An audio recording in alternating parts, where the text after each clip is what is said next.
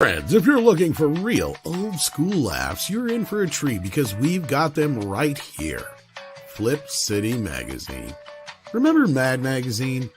Then it went woke? Well, don't worry. Flip City has no chance of going woke. That's right. 4 times a year, you'll get an actual printed magazine full of jokes, stories, comics, and more, all about today's pop culture, entertainment, and woke politics. Flip City takes terrible entertainment trends we love to hate with hilarious parodies of Lord of the Rings, Stranger Things, The Walking Dead, Star Trek, Hunters, and more. Trust me when I say there is nothing else like Flip City on the market. So subscribe today. It will be delivered in print, or you can even get it digitally if you're one of those wacky Zoomers. Either way, follow our link and sign up today, and if you put in midnight, you get an extra 10% off. Check out Flip City Magazine today.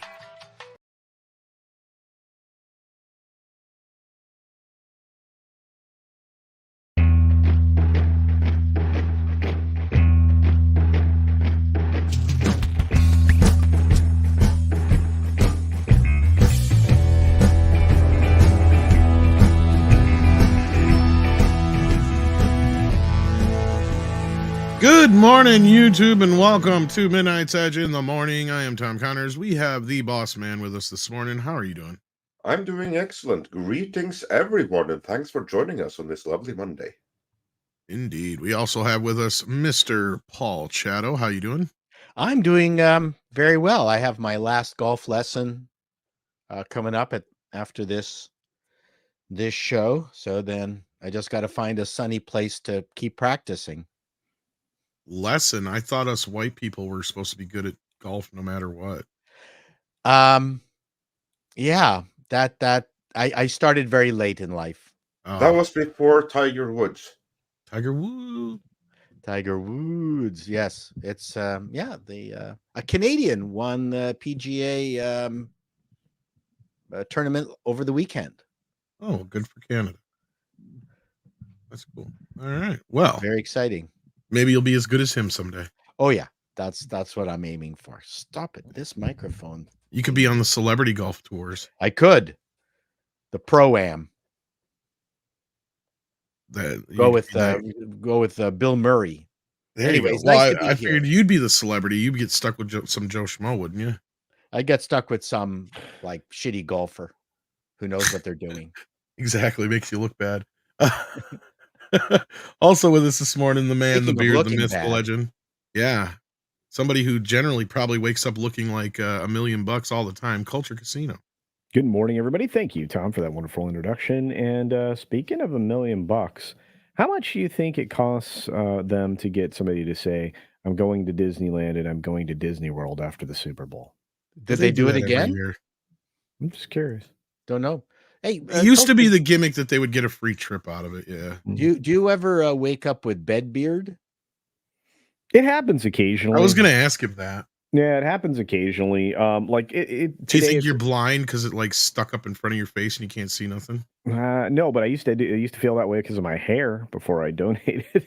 I'd wake up sometimes, but no. Yeah, no. The beard actually is. It actually just naturally just finds its way. Right now, I didn't beard oil today, so I've got a little bit of like flyaway beard, but it's fine. It's fine. Beard oil is great for your face, by the way, gentlemen. No doubt. Yeah, if you are a beard person, beard oil actually will moisturize your skin, and it stops your beard from pulling the moisture out of your skin, which is why you end up with itchy face. Well, I had a beard, but I had so many ingrown hairs I had to shave it off because it was driving me nuts. You're not taking care of your skin then. There's a whole bunch of stuff you gotta do, Paul. Come on. You can't stop ingrown hairs. Yeah, well, you're listening to the expert, and you can't conceal them so no one can see them. Yeah, but no, a good beard oil is really good for your face. Never thought of that. A good moisturizer is fantastic. You know what? I know, guys, it sounds a little not masculine, but well, I like my face. So you're watching Beard Care with Midnight's Edge. Sorry about that. You need a beard care sponsor. Actually, I'm going to be sponsoring myself. I've been developing a whole bunch of male products for beard and skin. So yeah. Well, you're the perfect face for it. Wow. Yeah. So You're your own logo. I will be soon enough. I hope. Sounds anyway. great. Actually, it'll probably just be this rooster up here, but yeah. Ladies and gentlemen, you heard it here first. There you go. Yeah. You know why I first started growing a beard? I was fed up shaving every day. It was boring and time-consuming. I couldn't be asked. Yeah, and anybody with Norse or Scandinavian blood suffers from lots of facial hair. So it's a chore to shave twice a day. Well, once a day was annoying enough. So speaking of chores, I felt like it was a chore to go see see any movies this weekend. The box office was pretty lackluster. It was embarrassingly bad. Yeah. Getting into our first subject here. Well, there was no new movies out, were there? Yeah, there's a couple actually. Well, depends on how you define new. Yeah. We had Argyle in its second weekend. Okay, Lisa was new. Yep. Yes. Yeah, but it I find it fascinating. Argyle started off, as Tom was saying, but it only made $6.5 million. This is a weekend. It's a domestic weekend. You had another 63% fall for Argyle. You ended up with Lisa, which is brand fresh in the box office, for $3.8 million. I don't think this film is going to do very well. Beekeeper is hanging in there at $3 million. I mean, look at this. That's hanging in there. Yeah, I mean, that's awesome. I'm so happy to see that. Deserves every dollar it gets. It's the best movie of the year so far. Granted, the year is just 1 month in, but I do believe that it's going to be one of the best movies of the year all the way through the rest of it, considering how few movies there are still yet to come. Well, good movies. I mean, we'll actually have Dune coming up here pretty quickly, and I think that's going to kickstart the box office a bit. You know what's not is Wednesday's release of Madam Web.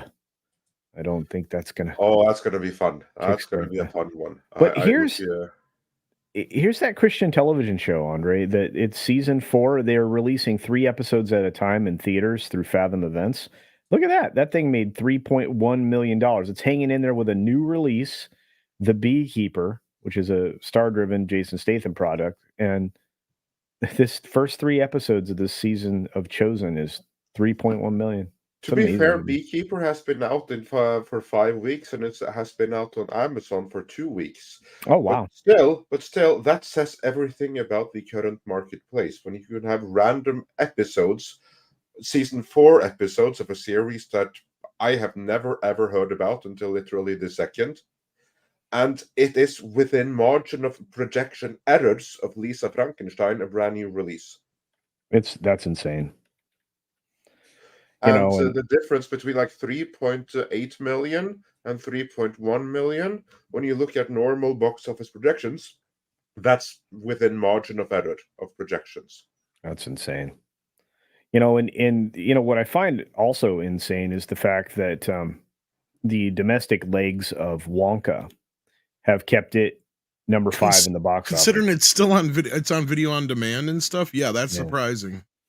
Yeah, Migration. I mean, if anything, it makes the other newer movies look bad. Yeah, I mean, this thing, it's only $205 million in the U.S., but it's certainly profitable now. It only cost $125 million, and on a global scale, Wonka's sitting at $587 million as we speak.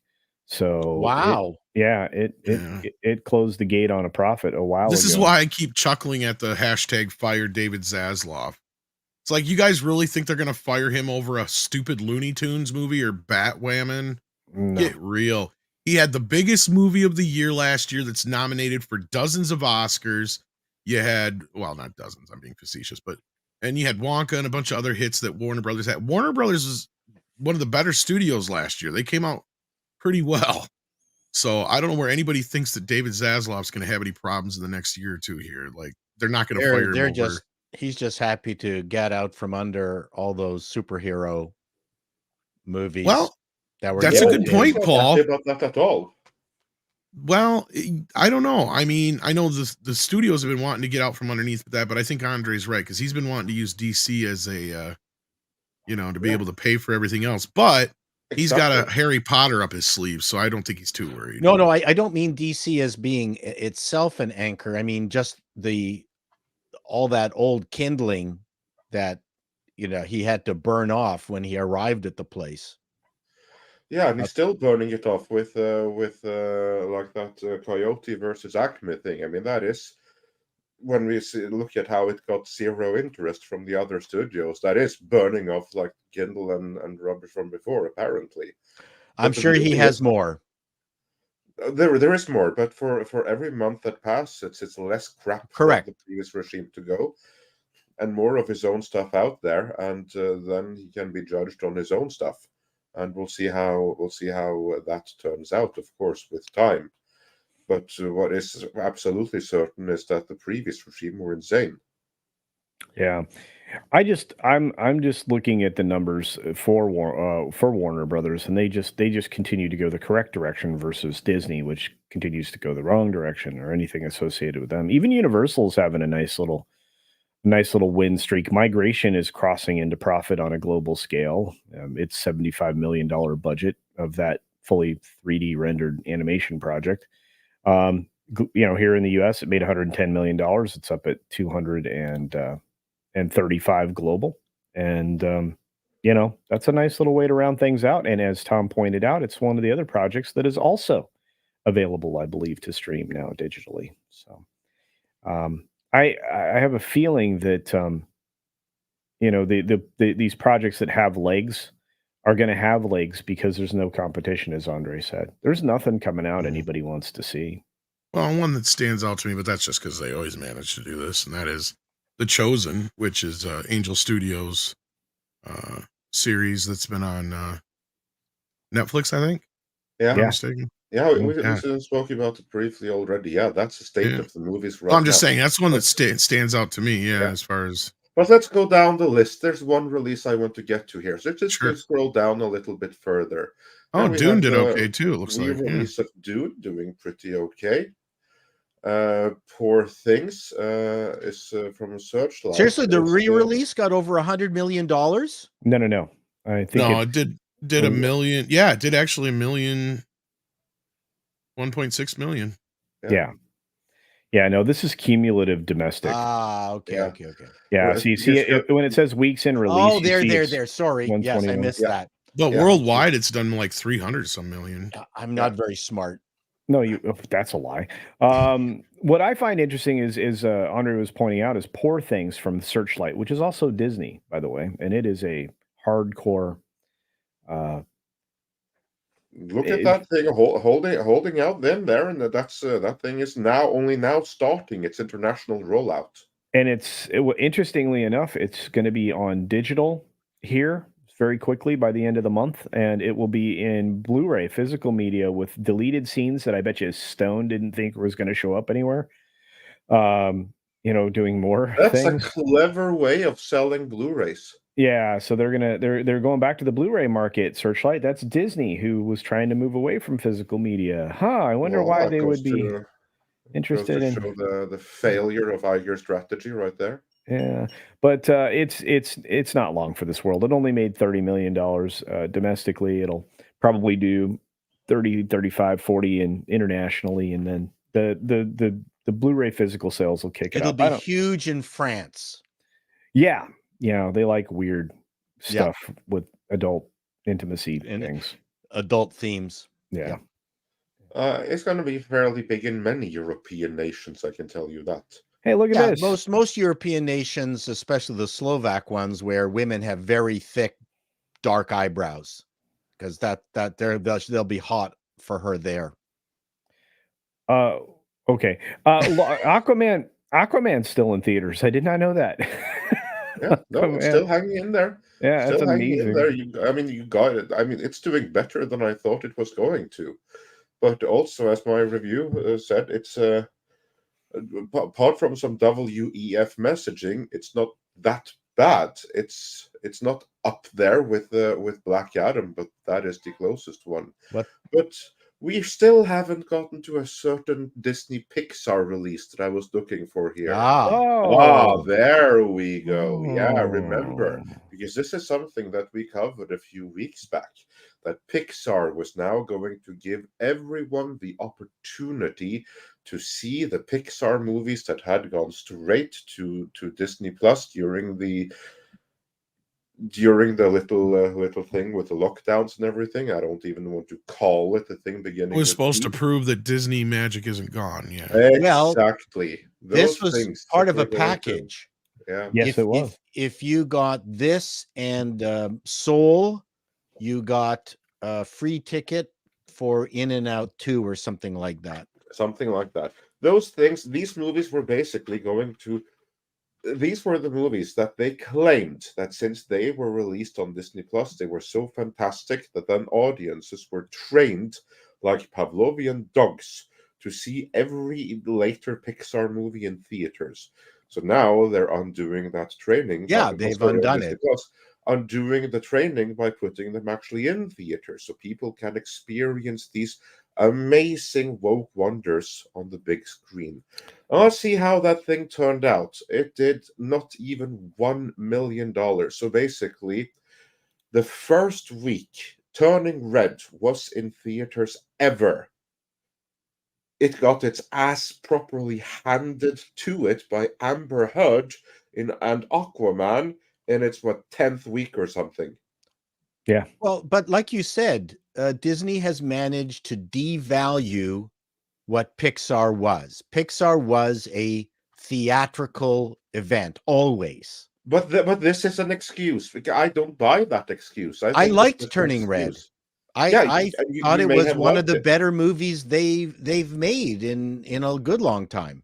Yeah, that could. I'm not disputing that this movie is better than much of their other output. And But I think I the am woman who disputing this wrote notion. and directed, I think, is a genius. But I am disputing this notion that putting them on Disney Plus automatically would have trained the audience to stop going see later Pixar movies. You don't think so? No, Well, not for 1 second. Internationally, when this film released in 2022, because it did release in 2022, it only garnered about $10 million. Now there were several countries that weren't included in the release. I mean, it was a lot of like Poland, Turkey, Romania, Saudi Arabia, Russia, Czech Republic, United Arab Emirates, Israel, Croatia, and Slovakia are the top 10 territories that it released in 2022. It is going to go to more Western countries like Australia and Belgium and Italy and Japan and Mexico and Spain and Sweden and the UK. So those countries are all going to get a future release, but the international takings was only $10 million. Wow. So it's right now as we sit here, it has 11 because of this latest number from the US box office. It's sitting at 11.4 million in total box office receipts. It'll probably collect 20 more maybe internationally from those other markets I talked about. And it's already generated about $2.1 million in video sales between DVD and Blu-ray sales. That's it. So Yeah. this is a colossal failure for a film that, you know, had a huge budget, $175 million, and it's argued that it's actually closer to 200 million. Yeah, and I agree with you, Paul, that this may be the best of the latter-day Pixar movies, but I disagree that it's up there with the former ones. Oh, And, no. I'm not and- saying that at all. It No, had exactly, its that's what I moments. mean. It had its moments where I could tell that, okay, this is a Pixar film, but it was rushed at the end. I won't get into a review of it now. Yeah. No, that's quite. And I didn't okay, give a but- shit about this whole, But this being a thing- period piece. Yeah, but it's all downhill from there, and they still have the coming out of the closet movie to go, Luca. So Yeah, yeah, that's not going to go great. And look, the only original project that they have coming out, people keep pointing out, Tom's been pointing it out, you probably have as well, Andre, is Elio. That's the only original thing that they have The coming only out. original thing, yeah. This Yeah, year. I mean everything else is prequel, sequel, threequel, quintuple. And I couldn't tell you anything about it because they barely advertised it. That's the one where the kid goes to outer space or whatever, right? And he pretends he's the king of the earth or whatever. Yeah, they think he's the leader of the planet. It's very weird. So, but Oh, yeah. Elio. But Look, and this is pointed out in the chat, and this is terrifying. $343 dollars per theater. 1,560 theaters. Hilarious. Look, and look, at the end of the day, Paul, it may be a decent film, but the damage is done, right? Like Disney has been so soiled at this point that nothing they do is gonna. And that'll kind of bring us to our other topic of the day. But we got a couple super chats we should probably get. Yeah, the Disney brand is busted. But was there anything else we wanted to? Not with the box office. I think we covered everything as much as we possibly can there. No. All right. Well, speaking of covering, you might want to cover your butts because Dr. Longdongler sent us a thumbs up, and we don't know what he's going to do with it. But we would like it if you took and hit that thumbs up on the YouTube side of things. As long as it's not the butt plug sticker, I'm fine. That would be bad. HyperGuyver2 sends in 2 and says, only thing Deadpool is saving is me money. Oh. Whoa. Hey. Well, you might get attacked on Twitter like I did, but we're going to get into that shortly here, actually. So stay tuned. That's our next topic is Super Bowl trailers. In fact, Patrick Robinson brings up another one. Say what you will about the Wicked trailer, but as a huge fan of the musical, they nailed it. Cynthia is killing it with the Defying Gravity. My issue is Grande. Did they nail it, though? I seem to notice that there's one black person in the movie and they're green. And you know what the movie's about. I think they found a way to make this about DEI, even though it never really was. Well, it's what is it that Kermit always says? It's hard being green. It's not easy being green. Yeah. There you go. But it's harder being black, Andre. Yeah, you know what? Honestly, I actually have seen the Wicked musical in London even, and for the life of me, I can only remember bits and pieces of it. It's a mediocre musical about the racism and stuff like that. That I do remember. It's a mediocre musical. It's one of the modern ones where it has one good song. It's not like the old days. I don't remember a single one of the songs. I can also tell you that. Yeah, I think that trailer looked okay. And I would also say that just like with Wonka, it's a fantasy world, so that you suddenly have it like more diverse. Then you can kind of like get away with that, depending on the execution. But we'll see though what they do with the execution. Well, Wonka, I could be wrong, but I think Timothy actually has the star quality that we've been talking about. And he was not the issue with Wonka. Wonka was perfectly fine. Certainly, he was. No, but I'm saying that people are going to see it because of him. Absolutely. I think he's a genuine star. He's more of a star than I would say Robert Downey Jr. Because outside of Iron Man, no one watched any of the movies that he was in, that he starred in, Dr. Dolittle, things like that. He's not a draw. No, but I think Timothy is. Well, Dr. Dolittle wasn't going to be an appealing film at all. It was not advertised well. There was not an audience that was going to be familiar with the original. And they were banking. What Paul is saying, though, because when you look at the everything else that Robert Downey Jr. has put out the past 20 years, if he isn't Iron Man in it, it does tend to underperform, and the number of people that will go because he is in a movie is a much smaller number than the number of people who will go see Chalamet because he is in a movie.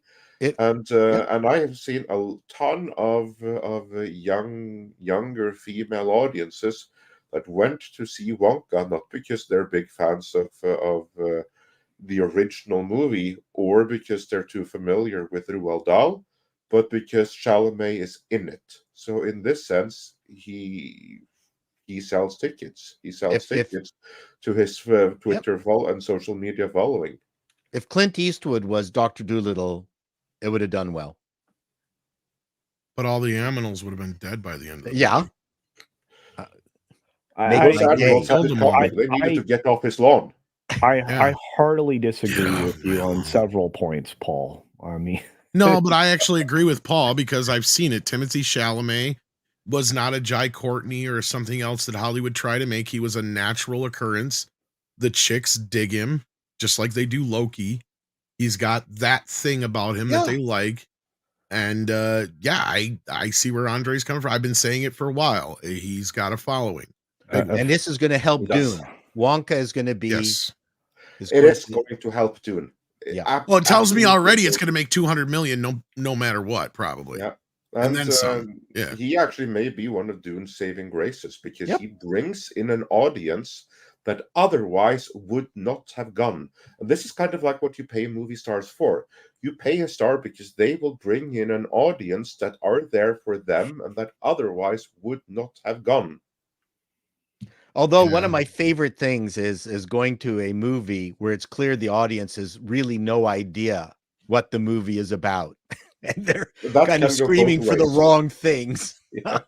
Well, and this has potential to catch on kind of like Lord of the Rings did. Now, it'll never be that big. Don't get me wrong there. But, I mean, I've seen people kind of get into this, and they're really digging the lore, the world building. And yeah, it's a lot of people who never really understood or knew what Dune was before. And that's what these kind of franchises can and have the potential to do. Sure. So and for Viggo Mortensen was just an absolutely fantastic happy accident for Lord of the Rings because he wasn't supposed to be in it. But I can't conceive of the movie without him. Right. So, but with the Wicked thing, the point I was making, guys, the Wicked Witch is black now. And I wouldn't have a problem with that, Andre. But who is she? But no other main characters in the movie are black. So I have a feeling they're going to use that as some DEI kind of thing. Sure, of course. It counts, but is she well known? Who is she? Is she going to bring an audience in? No. Oh. And that's the other problem with this Wicked trailer is it's like 20 years too late. Yeah. They've been trying to make this movie now for decades. I would say, though, made years ago. It should have, but at the same time, though, it is the world of L. Frank Baum. I mean, this is like another fictional Middle Earth alternative that I think has been woefully underexplored on the big screen. So yeah, you can say that this particular iteration comes 20 years too late. So what I think that the mistake they've done is we've just had a bunch of completely isolated movies with no interconnectivity between them. What they should do is be a little bit more ambitious and just really go for it, and to do a whole franchise of interconnected Oz movies that explore the world of L. Frank Baum. I don't know how that is so difficult. If this could be the start of that, then go for it. I mean, in fact, I hope it is. I hope this one. I'll tell you why, really Andre. Movie. Yeah, do share. Why? Because outside of The Wiz, everything else that they've ever done that's Wizard of Oz has bombed horribly. Yep. Yeah, I know, but that's big. I submit that is because it is to these unrelated things that people have like this image of the 1939 classic, and then when Return to Oz came around, the movie that I think is fantastic, by the way, then it didn't get the attention that it deserved because it was obviously not connected to the original. Same thing with Oz the Great and the Wonderful. Yeah, but that already technically was kind of connected with the original. They even had. I wanted to. I would have cast Tyler Perry as Medina. And this one, they clearly paid Warner Brothers so they could, because you have the shot of Dorothy and Tin Man and the Witch and all that, or all them from behind, with the witch and all that stuff in full, regalia. So clearly they touch upon that at some point in the film. Is this a Warner Brothers property? No, it's Universal, so they had to have paid Warner out for it. Yeah. Or they made some deal over King Kong or something, probably, because they're always dicking around with that. Sometimes studios talk, but yeah, it's Universal. Yeah. So this is they're probably like, we won't give you any trouble with Kong if you don't give us any trouble with Wicked. I would have been more excited if this was a Warner production and something that Zasla had greenlit, but it isn't. I thought it was that for Tyler Perry. Should have been Tyler Perry. Would have been cool. That actually also would have brought an audience, but a very different one. I'm all in for bringing audiences in. The other problem is, though, we've already had the Oz Great and Powerful, which was kind of a prototypical version of the story. We've already had Maleficent and Cruella and all that kind of stuff that's already a ripoff of this. So again, I wonder if we're going to find ourselves in a place where the ripoffs have already come too soon and nobody's going to give a crap about Wicked. Well, let me just reintroduce the idea that these are not big enough properties in the zeitgeist to pull what they have left, which is from previous feelings of nostalgia. So the high end on this film is low. Did Yeah. it look interesting? Sure. Did I immediately have the gut check reaction on it that you would anticipate because of the shift in casting and things like that? Of course. But if they follow the playbook of the original Wicked, they should be okay. The question is, will they? Well, and that's where I fall back on. It's too many years too late. They should have done this years ago. But Kanan's been here for 10 months. He wasn't here years ago, but he's been here for 10 months anyway. That's a long time. Thank you for that. We got David Fitzsimmons who sends in 5 and says, "What's going on with Constantine? I thought they couldn't do anything thanks to J.J. Abrams. Did he relent or lose the rights, or is he somehow involved?" Well, Andre actually did a video on this a while back. Yes. Here's the thing. There's two sides to this. The first one is that J.J. Abrams Constantine, the gender-bent black Constantine, that's not happening. But in just signing up for that, he was able to get himself entangled into the rights. So for all future Constantine productions, he gets a producer credit, even if he does nothing with it.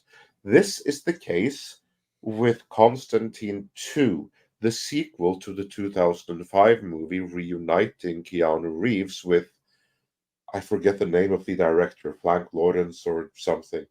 Either way, the two of them are then supposed to do Constantine 2. It's something they've been working on for a couple of years. And J.J. Abrams is listed as a producer on that movie. But this is a marquee credit only. He has zero input on the movie.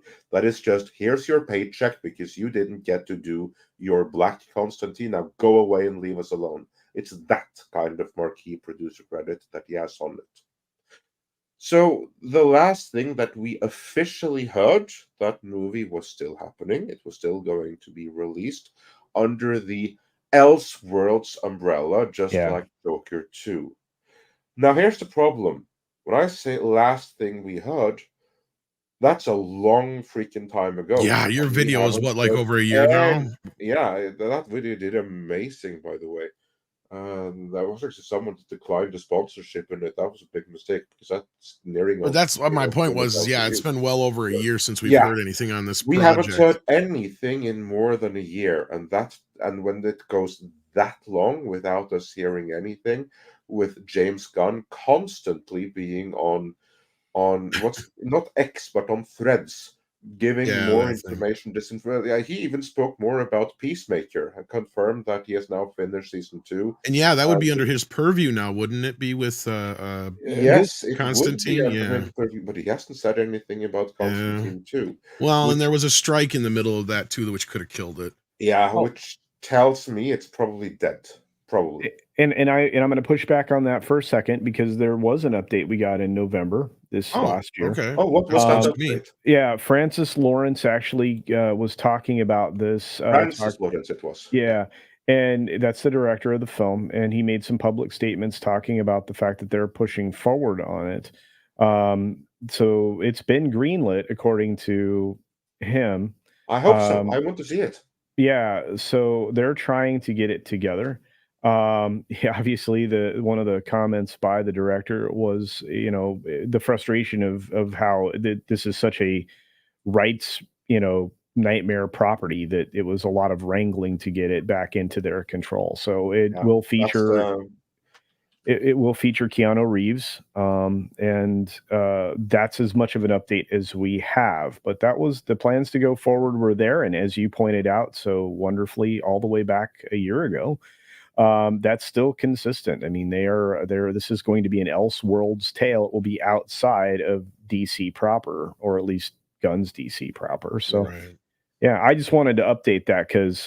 Thanks for the update. I appreciate that. Well, that gives me hope because I want to see the movie. I hope it happens because let's just be honest, we're not going to get any proper Constantine this day and age unless James Gunn decides to bring him into the DC universe proper. But until such time, I'd be very happy for another Keanu Reeves movie because, granted, it was Constantine in names only. It was actually much closer to Hari Damour by Clive Barker than it was Constantine from the comics. I mean, he even has the tattoos of Hari Damour. I mean, it's such a complete ripoff. I mean, Constantine doesn't have like any specialized weapons or something. Hari Damour does. Constantine doesn't have any tattoos that brings out magic stuff into the light. Hari Damour does. I mean, that movie would have been better if they could have just given Clive Barker a phone call and say, "Hey, you know what? We wanted to make a Constantine movie, but we accidentally made the Hari Damour movie. Can we just please have the rights to call it that?" That's the only way to make that movie better. Is just to strip Constantine away from it and call it Hari Damour. But that being said, I'd be happy with the part 2.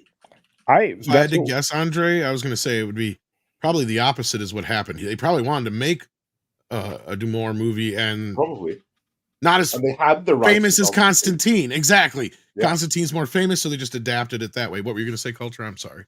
No, I'm excited about it. I'm sorry. I mean, you know, when Andre did the video all that time ago, I was stoked back then. You know, we actually way back then we talked about it on the Hcast, if you guys remember. And hopefully my theory is correct, because if my theory is correct, then that means the chances of it happening are really good, because my theory was he only said yes to the Matrix so he could get this made.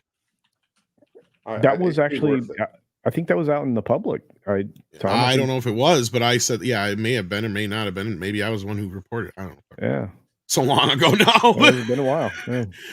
Yeah. So like at the end of the day, that might be the only thing still keeping it in play, if that's true, is my point. But yeah. So yeah, we'll have to wait and see. But yeah, I know, Andre, you're a huge fan of that. So yeah. Yeah. And the Culture, also thanks for adding in the extra detail that I had forgotten there. Much appreciated. And of course, yeah, as he said in that update, rights issues. How were those resolved? Oh, by paying off J.J. Abrams and giving him that marquee producer credit. That's how they resolved the rights issues. Yep. And then Is This Live sends in 5 Canadian thank you and says they managed to make a black person the baddie yet again. Yeah, I know. This is my point with it. Like, again, I'm not shitting on Wicked. I'm pointing out the big elephant in the room that nobody else seems to be pointing out but me. And that is, they turned around and made the black person, the only black person in the cast, the bad guy / misunderstood bad guy. And it still doesn't work. See, here's my other problem with movies like Wicked, Maleficent, and stuff like that. No matter what you tell me happened in the past, that does not justify anything that the Wicked Witch does in The Wizard of Oz. She is flat out a villain. She's going to kill that dog. Like, she's going to kill everybody just for those damn shoes. So there's nothing you could tell me that's going to make me go, oh, well, she's just misunderstood. To me, Wicked is part of the problem we have with this modern day bullshit with these woke people who fucking identify more with the villains than they do the heroes, because they don't fundamentally understand what makes a hero a hero and a villain, as I've said a million times before. Heroes Sorry, you were going to say something. To write. No, they're not. Just Superman. No. My point is, they don't know how to write a hero.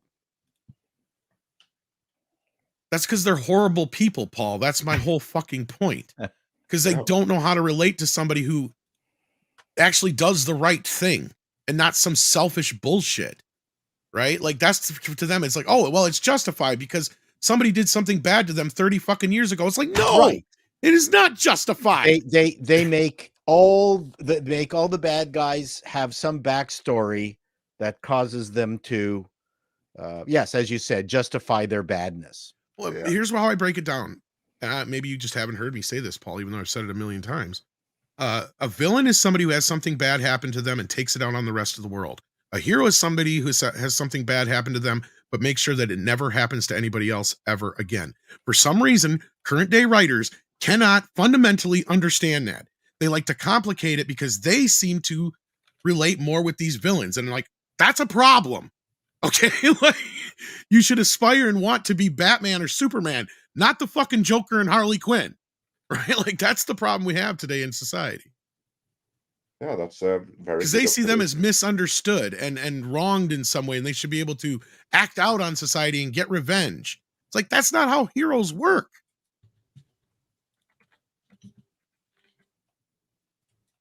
Well, these Anyway. are very warped people. And that's why I always felt Wicked was kind of a dumb idea to begin with, even though it's intriguing. It's just, at the end of the no day, one cares the way about the show. this show, yeah, I know. Or do you mean Wicked? Wicked. Well, at this Everyone point, loves like I said, this show. well, it was like 20 years too late. Well, everybody loves this show just because you're on it. Emmy You are nominated way too kind. comedian I'm the only one without a beard. or Grammy or whatever. Who knows? Whatever it was. I'm making shit up, so who cares? It's okay. But anyway, yeah, this is my issue. Is this live? And I'm glad some other people are finally seeing it, because it's not like I want to be hating on it. I don't give a shit at the end of the day. It's just, to me, it's like more of the same crap that we've been dealing with, and you got to point it out when they're making these stupid mistakes like this. Is my point. So anyway, but we got some other trailers to talk about here before we get back into these super chats. Before we do that, though, I saw this. Did you guys see this? Luca Biasco sends in $1.99, says, check out Elon's tweet about Disney from about 5 minutes ago. Oh, that should be fun. I have not seen it since we've been live. Yeah, I figured as much. It's an image. It's an image. Oh, that one, the one about the dinosaur? No. That's hilarious. I love that one. That was funny. No, let me bring it up here. And we need to thank Elon for giving a shout out to our friend Chris Gore. Yes, Chris and Alan both got a shout out on the on their recent reporting. Amazing.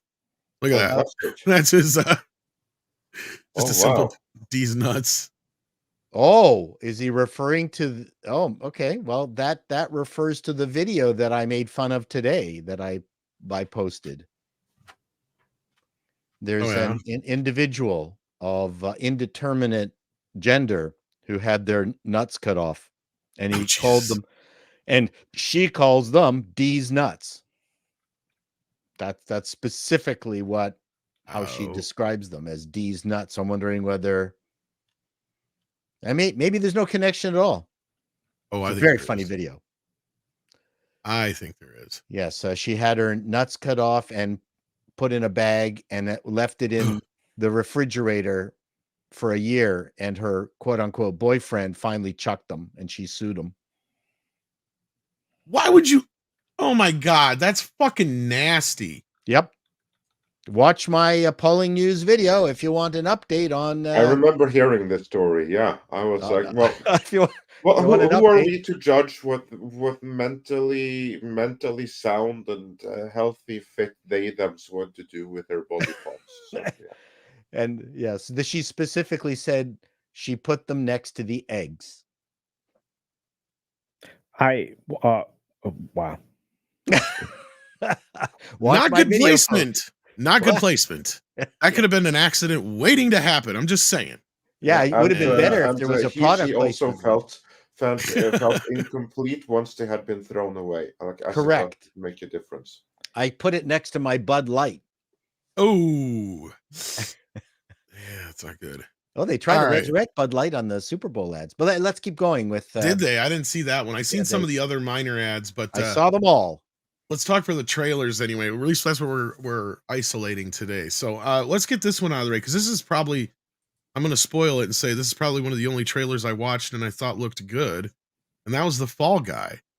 That one I thought looked the most interesting. Now, of course, Paul will be the first to remind us that it's a remake of an old TV show. Yep. Yeah, the only thing I had a problem with the trailer is that it showed almost the entire movie. Right. That's my only problem with it. It looks like fun. That's a big problem, though. Like, why show the entire movie?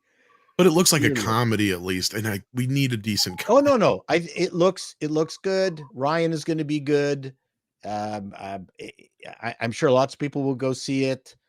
Again, I do like, one of the things that I learned touring, especially in the United States, and it's different in Canada, is that Canadians generally don't need to have the entire story told them to enjoy a mystery, whereas sometimes in the United States, the jokes have to be delivered differently too, where you want to set them up in a way that they understand just what the premise is.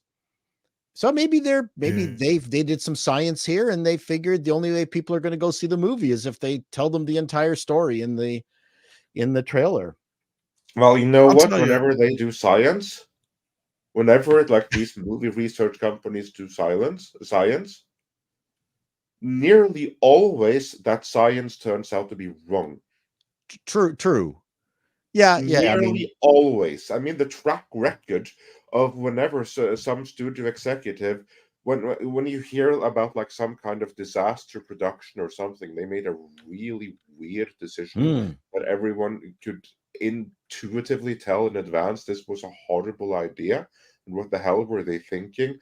Well, it was some idiot executive or some PR true. marketing agency or something that had done some science and done some number crunching, purely quantitative thing with no qualitative quality to it whatsoever, that decided if we do this, we're going to increase the audience so and so much. I mean, for instance, that is what destroyed Conan the Destroyer.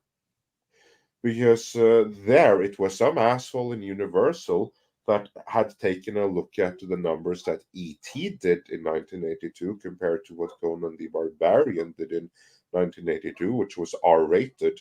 And they decided, after doing some number crunching, that if Conan the Barbarian had been PG rated instead of R rated like E.T. was, it would have made 30% more. And so we demand that the sequel is going to be PG rated, because then we're going to earn 30% more. The math was very, very clear. And so they did. You know what happened? The movie made 30% less. Just be glad they didn't go, Conan should be eating Reese's Pieces every scene. Well, the reason any company hires a consultant is so they can blame them if something goes wrong. That's a good point. There's also a consultancy joke that a consultant increases the profit of the company just enough to cover their costs. We should go into the studio consultancy business. We should. Well, we've been saying that for years. We basically are doing it for free on YouTube, Andre. That's what I've been saying. If they've been listening, we would have saved Hollywood many times over.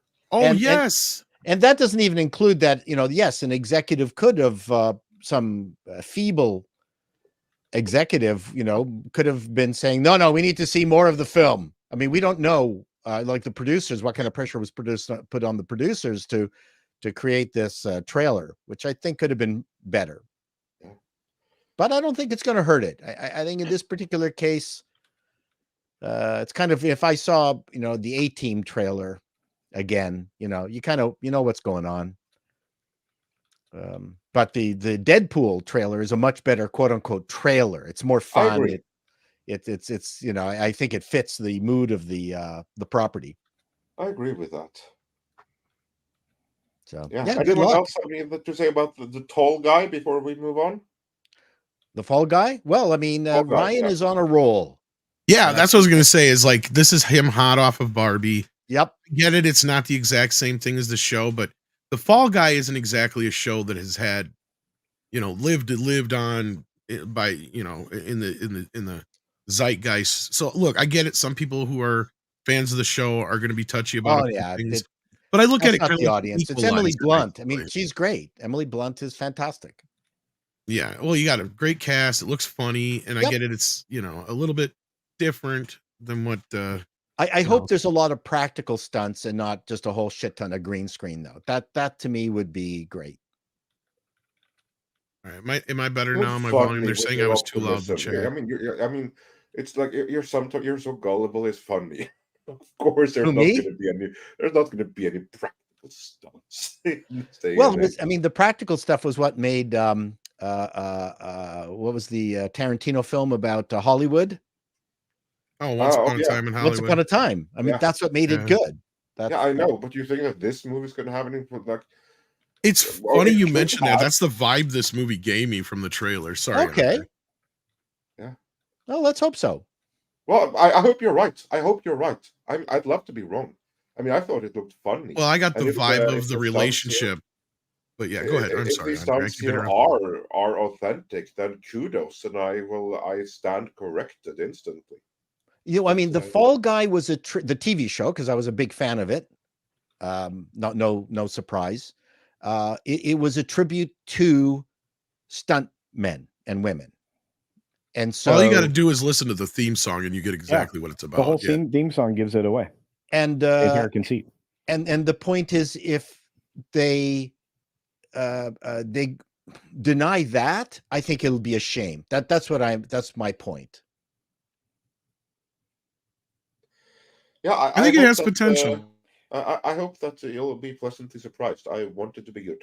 What's great about this is this is something based on one of my favorite actors, and it seems like they're trying to reboot everything that he was ever in. So I have a feeling that we'll see more of this. $6 million man. $6 million man is they're working on it. Yeah. $6 million. Well, that's been in development hell for years. Yeah, I know. But it sounds like there's a step forward. I have a conversation I need to read through that just dropped recently that one of the viewers actually sent me to add to my research. But I have to tell you that if that gets made properly without any of the bologna sausage that Hollywood insists on dropping into these things, it'll do well. My only concern with this film, and like Michelle, I'm somewhat excited to see this. First of all, they've given away too much of it. I'm with Tom and probably anybody else that said I don't need a 2.5-minute preview that gives away the movie, please, thanks. I just a rough outline of what it could be. I don't return to the 80s when I go to a film, knowing what everything is going to be and how it's going to happen. But I'm actually excited to see this. I hope it does well, and I agree with you. Ryan Gosling is on the rise. The question is, what's he going to do with it?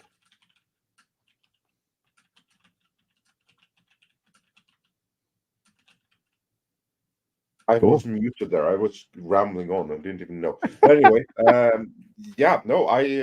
think that Ryan Gosling now has a much bigger fan base, both male and female, which is ironic because for a long time there, his forte was breakup movies and movies that you felt bad or worse after seeing than before you went to see them.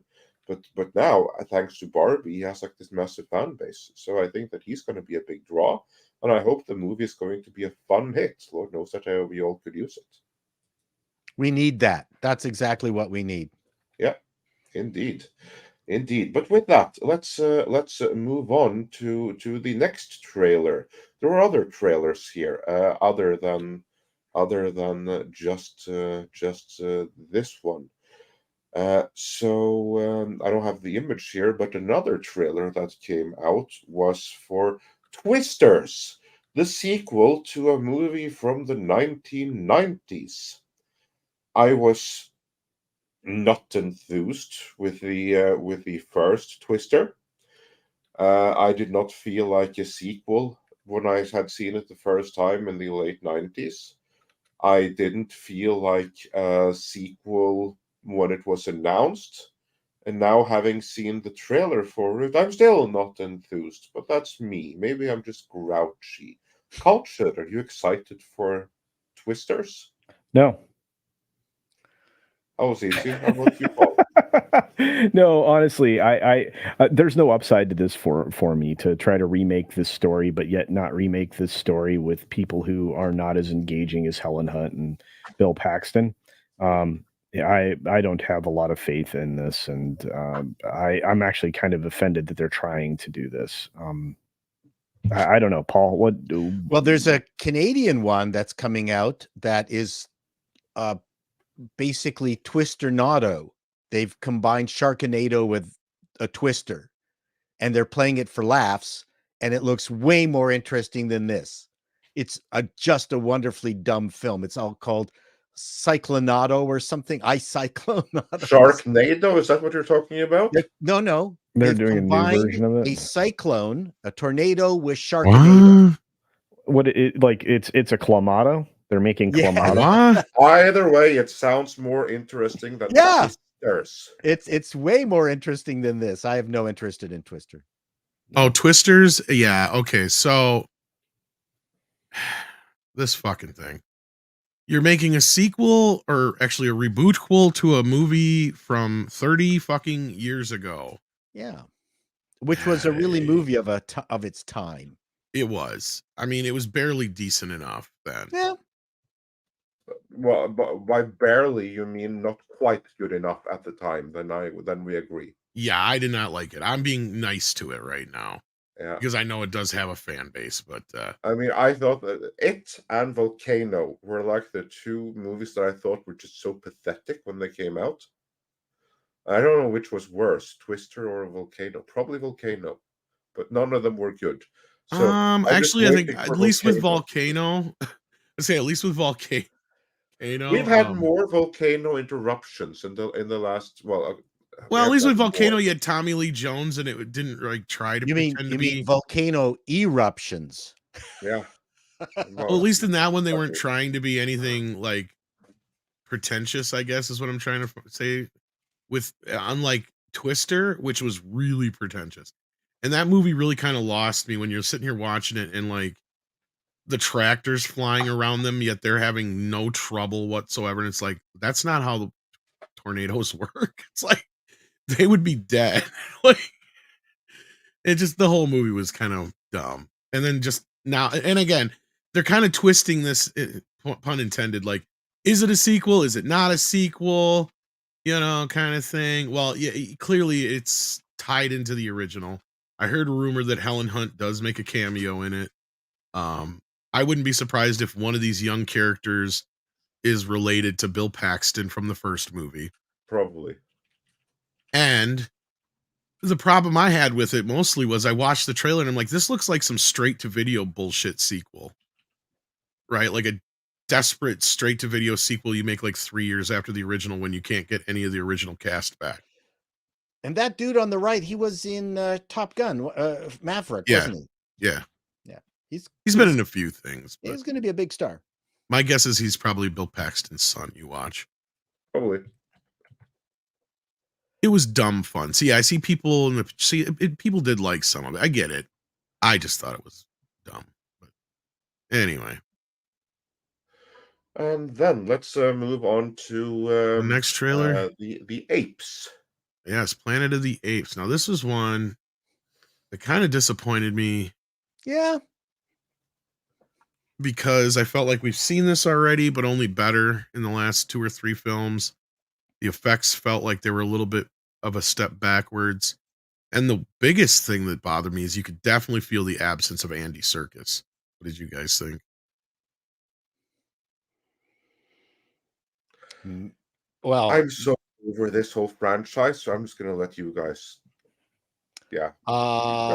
It looks way too CG for me. There were parts that were spectacularly well done, and then other parts just didn't hold together, which I feel badly for the animators because I know what a pain it is. They're merging all this 3D stuff with real human beings. It's problematic. I'd almost wish that the 3D was way more stylized and not not an attempt at doing something realistic. I think it's going to hurt it. I think it's going to hurt it in the same way as I mean, I know everyone was cartoony in it, but World of Warcraft failed because the 3D in it kind of failed. Oh, it was terrible. Yeah, I will say I don't feel bad for the animators though, because just like the caterers, they had the job to do. They got duly paid for the job in accordance with the agreement, and if that didn't come out good enough, I do not blame the animators for it, nor will I credit them when it works. I will put that on the key decision makers, like for instance, case with Ang Lee's Hulk from 2003. It was heavily criticized for its animation, but it wasn't the animator's fault. It was Ang Lee who wanted it that way. And of course, then you have like some weird physics and stuff like that as well. But basically, it's like multiple people have to fail for the result not to really work out the way that it does. And in this case, I don't feel bad for anyone involved here. Yeah, the animators worked, but they got paid for it.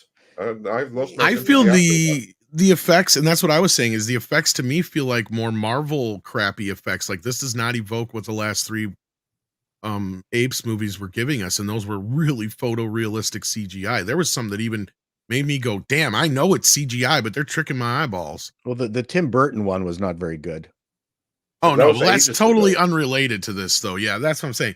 This is picking up from the trilogy. That's This like is supposed 30 to years ago. Yeah, this is supposed to be a sequel to the trilogy we Yeah, just yeah. had with Andy Serkis. So like that's my point, was like you feel that absence. Plus it just feels uber disconnected in the quality, right? Like it feels like a huge step back, and that's where I agree with you on the special effects. They don't feel as, now granted they could fix them a little bit more between now and the time it comes out, but they ain't got a ton of time. It's extraordinary what they managed with the very first Planet of the Apes. All those facial prosthetics and Oh yeah, the original effects. Yeah, Yeah, yeah. that was extraordinary. it was very human in an ape-like way. I thought it was fantastic. So damn ugly. And you know, the one thing I would disagree with you, Andre, is that 3D artists are beaten, like they are whipped to death, like children mining for lithium in Africa. I mean, 3D the 3D artists will just burn through hours. I was a 3D artist. It's just there's just not enough time in the day to Is there finish anything that you have not been? Probably not. A prostitute, I think, is about it. I did get a summer job of laying carpet, and oh well, that's fired. close. I got fired after my first job because I was putting down some shag, and the woman who owned the house came in and said, "Are you here to put down my carpet?" I said, "Yes." And I walked over to the old carpet. I said, "It's ugly. You are some ugly carpet. I've never seen uglier carpet in my life." And then she immediately called my boss and had me fired. She was mad Some because she people, thought some you were people gonna. just don't have any humor. But I put down her Because carpet. to her, laying down her carpet meant she wanted to get laid. So she realized, oh crap, I hired the wrong. Oh, we didn't guy. do laid. I should have laid later on the carpet as opposed. That's to what I'm saying. Yeah, I she know was I made the expecting to mistake. get some. I can't pick up the signals. That's my problem. That's, well, if you were married, we'll let it fly. I found a way to get married somehow. Yeah, I'm saying if you were married at the time, but like, no, I wasn't married at the time. oh well, then you got no excuse. And she was old. It would have been wow, very then there's an distasteful. excuse. Okay, all right. It would have been like Zoolander. Okay, Getting well, those, all right. I'll old let it slide this time. oh no, not Zoolander. Anyway, it doesn't matter. Yeah, so this Harold and Maude. the story looks good, even though it's derivative of past Planet of the Apes. I'm a Planet of the Apes fan, so I wish them well. Me too. I'm a big fan I of hope the it's original, but that's about it. That first movie, oh my god, that was something. Well, the original series are great, yeah. And then the trilogy was all right. I mean, it's kind of, as I get farther away from it, I don't like it as much as I did when it came out, and that's possibly why I'm not feeling as hyped about this one. But Culture, you've been kind of quiet. Did you say much about this that you wanted, or? Well, I mean, it's the biggest problem is I'm getting tired of these all 3D films for the most part. I mean, yeah, there are some humans mixed in here, but I'm tired of this, the CG animation. It's not because it's not effective or it's not done well or whatever. I mean, there's a scene in here where the eyeball looking into the microscope in this trailer blew my mind.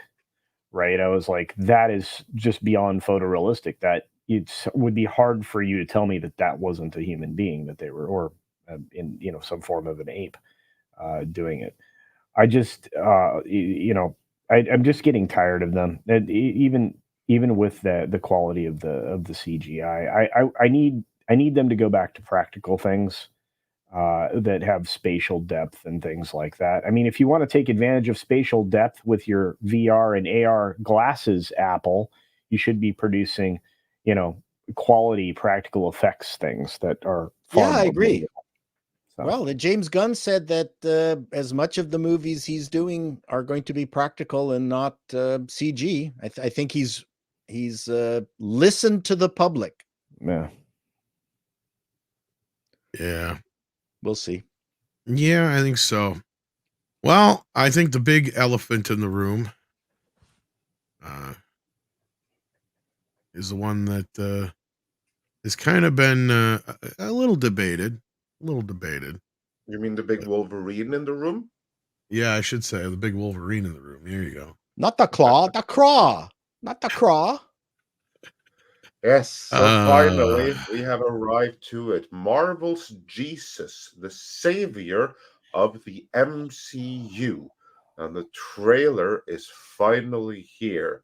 Now, before any of us start talking, I see that Culture, you have thoughts. I could tell from your face right away. Yeah, I do.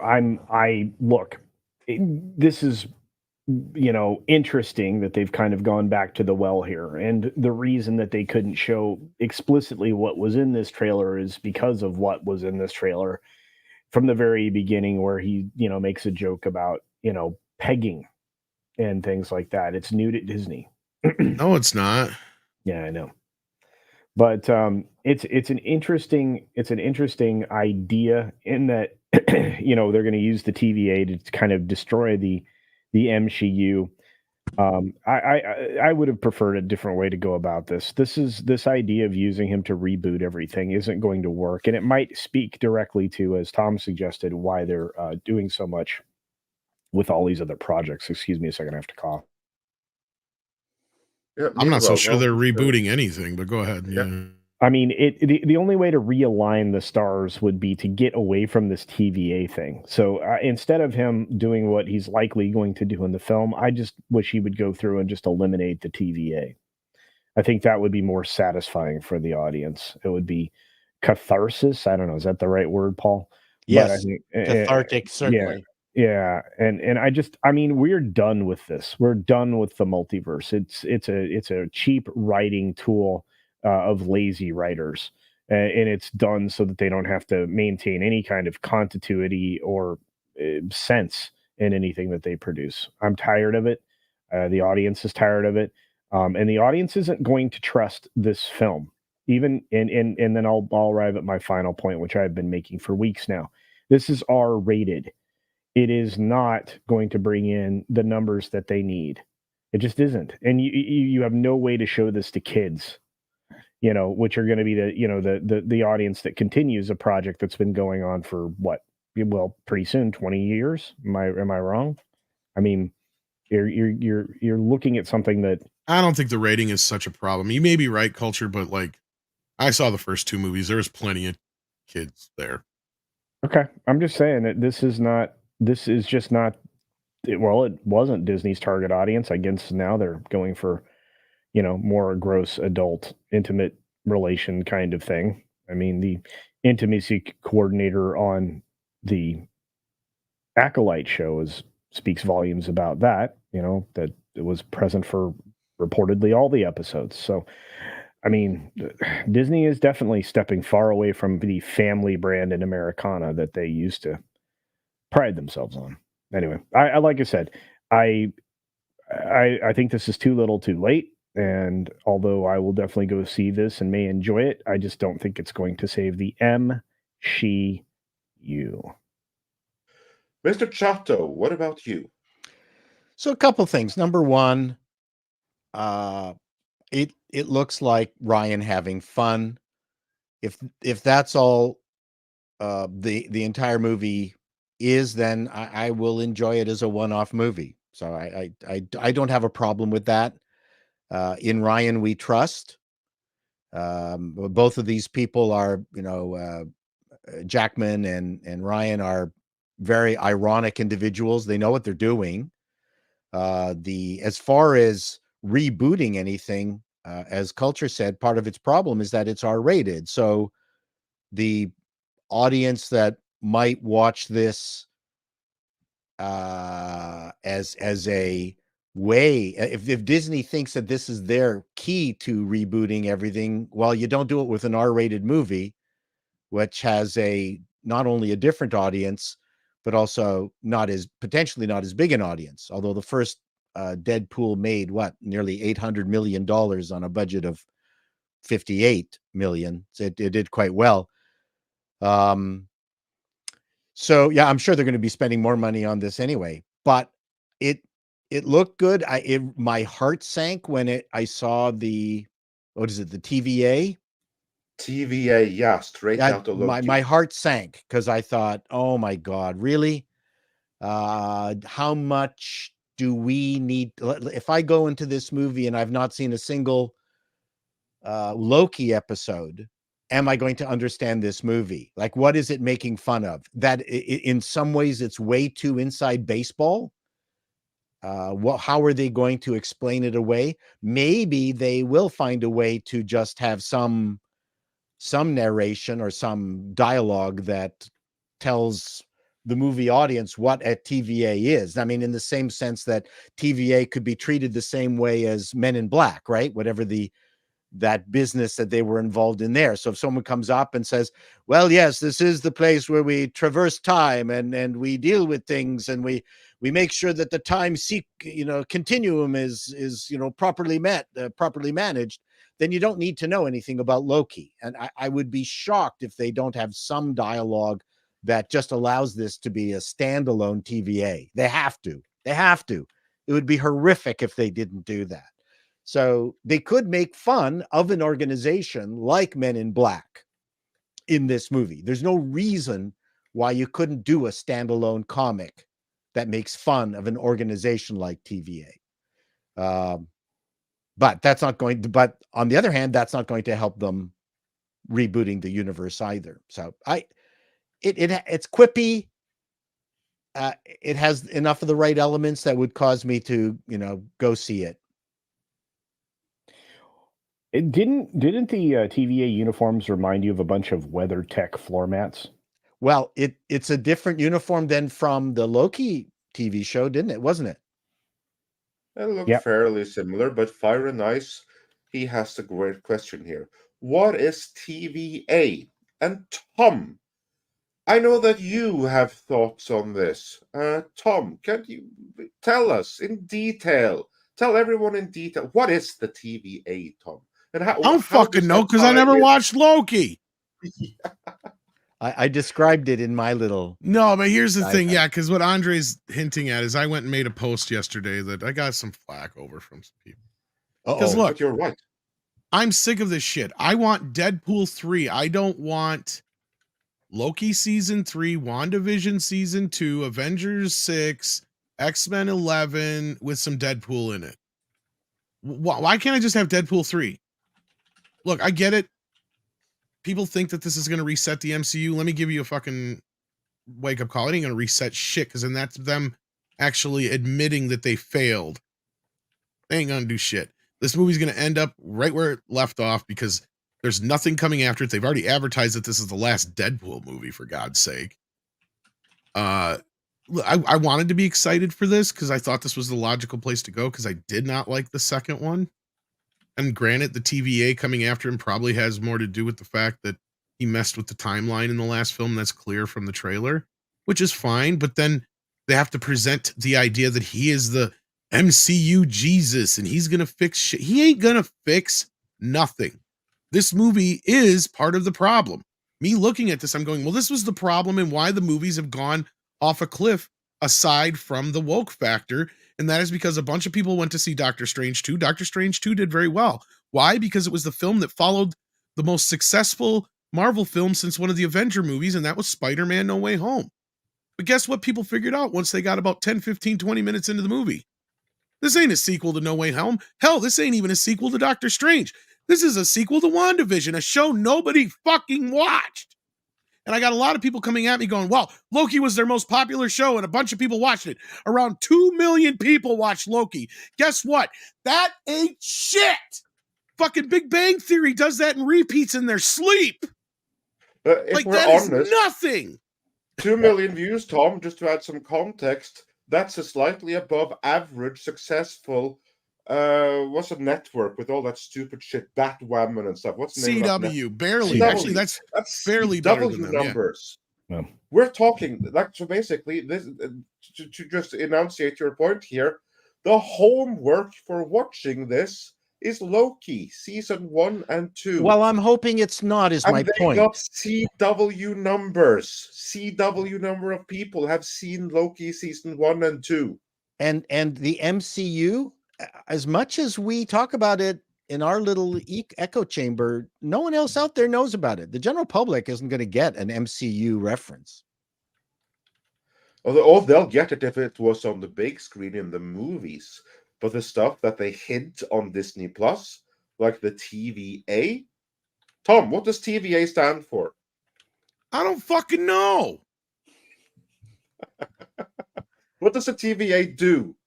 Something to do with time travel. I watched the first episode of Loki when they treated the Infinity Stones like paperweights. I'm like, fuck this shit, I'm out. Because I don't care if they're not worth anything in that galaxy. Guess what? They're worth something in some galaxy, so they should be locked the fuck up. Sorry, they don't get it anymore. The problem with the MCU is in Perry Chan's recent clip that he put out where all these people are going, well, they told me not to read the comics. Well, I never was a fan of comics, so I didn't read the comics. Well, I never did read the comics. Well, guess what? If you're working on shit, you should probably read the fucking comics. And not only that, make a movie. And this is why I wish Script was here, because he'd agree with me wholeheartedly. You can make a part 7 of a fucking movie, but guess what? Make it accessible to everybody. Everybody. I should be able to go into Deadpool 3 and not having to see anything else, period, let alone Deadpool 1 and 2 or a dozen X-Men movies. But now you're also asking me to have to watch Loki, probably WandaVision, because I bring that up for a reason too, because I'm sure that feeds into all this multiverse crap. Because remember, this is all stemming back to when the multiverse got spun out. Chances are this is going to have to do with all that kind of crap. And I really don't think he's going to fix anything. Because again, at the end of the day, if he fixes something or they actually admit that there was something done wrong, then that is Disney allowing them to be publicly shamed in their own fucking movie, which is not going to happen. And I get it. A lot of people are like, well, I'm glad because Ryan Reynolds has, control. Yes, Ryan Reynolds is a funny guy, but guess what? He had a lot of control in part 2. And part 2 sucked compared to the first one. I hated it compared to the first one. Well, is it a decent film? It's good, but it's not nearly as good as the first film. No, it's like they kill his girlfriend for no fucking reason. You're stuck with fat kid who's annoying. I mean, he was so annoying. He sucked. He destroyed the movie. But that's just the way sometimes turn out. They don't purposely make a fat kid to suck. Well, this one did, and it was in the casting and the writing. Yeah. Yeah, you're not wrong, Tom. If I may chime in, I look at you. You have all made some really, really good points. And here's what I think. Yeah, sorry, thank you. I have seen Loki season 1 and season 2, so I know what the TVA is. And I will say, I thought that this trailer was great. I had great fun with it. I am now looking forward to the movie. I do think it is going to be much, much better than Deadpool 2. I don't know that it's going to be up there with Deadpool 1, but I do think it's going to be better than Deadpool 2.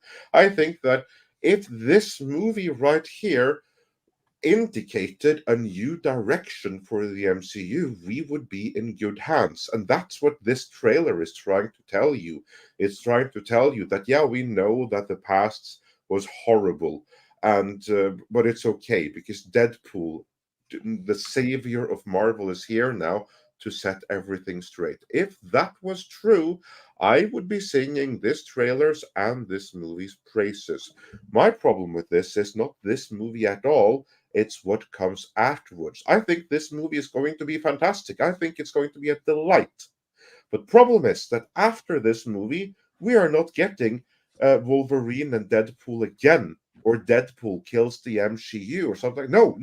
We are going straight back to the MCU. It's going to be followed on Disney Plus by the LGBTQIAP Plus series Agatha All Along.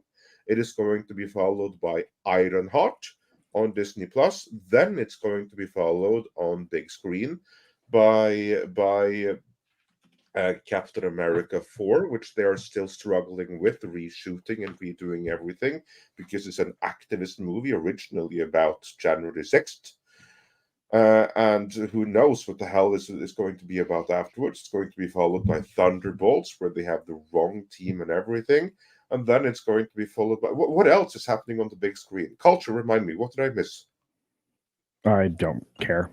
Are they really going ahead with Ironheart? Ironheart's film. It's in the can. It's coming after Agatha All Along. Yeah, I mean, the Disney Plus series are just garbage. Throw them away. Don't even add them. But what's funny... Sorry, go ahead, Culture. I'm sorry. No, go ahead. I was going to say, what's funny is we're hearing rumors now that after Agatha All Along, we're not going to see another Marvel movie till 2026. That means 2025 is going to be Marvel movie free. Yeah. And that's because they'll be busy reshooting all the crap that they have. But they're not stopping. So basically, we are still getting Captain America 4 because they're reshooting it, and it's going to. That was a might make disaster the Christmas. first Just to time. be clear, that might make Christmas 2025. Sorry, Andre. I just want to be. Like the only way that this movie saves the MCU is if they take everything that they have in the can that is coming going forward, and they pull a David Zaslav, and they press delete on the main hard drive where all of it is stored, and they get the tax refund, and they hire new writers, and they start over. Then we're in good hands. But until then, all this movie is a fluke. It's a momentary respite from the MCU. That's all but this after is. it, we are from the momentary respite from the MCU. But after that momentary respite, we are still going straight back to the DEI-driven MCU. And that is why this movie won't do shit. It's going to be a very fun movie. I think it's going to be fantastic in its own right, but it's not indicative of a new direction. It's just a fluke. And now, you know if why? they were to change it, yeah, go tell me why. Because we trust the Ryan Reynolds brand. We do not trust Disney. Correct. You absolutely. said it before. In Reynolds, we trust, but in Feige, no one should trust. Nope. Not anymore. Feige has lost our trust. He has lost mine, and he should lose all of you guys out there who say, in Feige we trust. Well, I'm sorry, you've been misinformed. You should never have trusted him. When you said in Feige we trust, what you actually meant, you just didn't know it, was in Perlmutter we trust, because it was thanks to Perlmutter that Feige was good. And the moment Perlmutter was out of the picture, and Feige could do what he wanted, the inner activist and SJW came out, and he threw everything that Perlmutter had enabled him to build in the trash in the name of DEI. And what's so funny about Disney, and we've talked about it, is, and it's not even about the money thing. I could imagine Stan Lee and his gang of people sitting around the table, and 90% of the conversation would be around, okay, how do we keep creating new stories around our money-making characters? And it's how hard is it for Disney to go, okay, we're going to recast Iron Man, Thor, Black Widow, or whatever, name your top characters, and just come out with new movies unapologetically, and you just keep on doing it and letting other characters kind of grow with them and introduce them. This whole secondary army of misfits that no one gives a shit about, I don't understand the business case for it. Yeah. Well, there's no business case. It's an ideological case. And I just want to address this comment here. Mr. D. Mark says, but was Ryan Reynolds able to keep the modern audience's crap out of Deadpool 3? From what I have heard, yes. Ryan Reynolds had sufficient control over this movie that Disney allowed a momentary respite. That is why this movie is going to be good. But from what I've heard, and I do believe that DW Pro would be able to back this up with his own sources, is that this was a momentary respite that was allowed, but they're going to more than make up for that later. Everything they said about going back to original character stuff is just for bait and switch purposes. Yeah, they see this as a great opportunity to get fans back on board. But once they are, then they think that now we can do the bait and switch again, which is why after this movie, you're going straight back to the MCU. But I'll bet you Disney employees are freaking over this. They're going to pull a Sound of Freedom wherever this plays. They're going to turn off the air conditioning. I mean, there's just going to be internal havoc over this film. What? I don't know. Here's the thing. I don't even know about the momentary lapse or whatever, because we even have it in the trailer. You're Jewish now. Dreidel. I made it out of the trailer itself. I mean, he says pegging isn't new to me, but it is to Disney. That just tells me that he's not going to be allowed to say the shit that we're all really thinking. He's not really going to be able to take the piss out of Disney here. We may want him to, but I don't think he's going to be able to take it that far. He's not going to. Yeah, but that's not necessarily what's going to make it a good movie. No, but at the end of the day, look, that's the big question on everybody's mind. Is this going to save the MCU? No, it's not going to save shit. Yeah, the question isn't that good or bad. No. It's good or redemptive. See, or bad or redemptive, I should say. But it's just, I mean, is this going to be redemptive for people who were fans of the MCU until the recent? I don't give a shit. I want a good Deadpool 3 movie. That's all. And that's what I want too. I don't want another sequel to an. And that's where I'm at right now. At this point, knowing that they're not going to reset anything in actuality, or at least with any good means. Not in this movie, at least. It's coming. I mean, this it doesn't matter. Clear, it's setting up the reset is going to come in Avengers Secret Wars, but that's movies down the line. The best parody of Disney was Shrek 1. That's my point, is it's not going to be able to take the piss out of Disney. It's not going to fix the MCU, and you're probably right, Andre, and that's, that's within, a universe where basically it's still trying to do it within story, whatever, who cares? At this point, to me, the MCU is dead. I wish this was not connected to the MCU. That's my point at this. Like at first, I wanted it to kind of be just to hope, that it would be having some fun with it. But now as I see this trailer, I'm just like, no, I wish it was just its own thing. I wish it was really just the end of the X-Men universe, basically. Yeah. And real quick, before we bring anyone else thing, I just want to clarify one thing here. Smokin' Joe says, come on, Perlmutter didn't have anything creatively to do with those films. But he had oversight. But I didn't say that. But you know what Perlmutter did? He was the one who basically set out the goals for all of the MCU. Perlmutter said that the MCU is male-driven. Our target audience is young boys and adult toy collectors. So every single character has to be toyetic, because if they are, they will be appealing to that target audience. And if they're appealing to that target audience, they'll be appealing to everyone else. The characters have to be likable, they have to be heroic, they have to be basically everything that the target audience wants to be. And when you have characters like that, they appeal to everyone. These were the guidelines set forth by Perlmutter. And when he had the Marvel Creative Committee that ensured that these guidelines were followed, and who helped ensuring the interconnectivity with the movies, and Kevin Feige and all the filmmakers working under him, like your Joss Whedons and James Gunns, when they all worked under that template, then magic happened. It was the moment when those guidelines were removed and replaced by DEI that everything went to hell. So no, Perlmutter didn't have anything creatively to do with those films. But without his mandates being in place, the MCU would never have taken off. Well, and what basically that boils down to in simplicity is that Perlmutter knew if you took a boy's property and tried to make it for girls, it would fail. And somebody who's been saying that consistently is somebody who's not feeling very well, but they did manage to pop on to say hello today. How you doing, Chris? Hey, Hopefully Chris. You're not feeling too horrible. Yeah, guys, I'm sorry. I'm just really sick. Not a hangover or anything. Not a hangover or anything. I didn't drink. It's just a cold, but it's really kicking my butt. So I'm really sorry. No. That's all right. Any moment you give us is a moment that blesses us. You sound great, and we look forward to what you have to say. I don't know.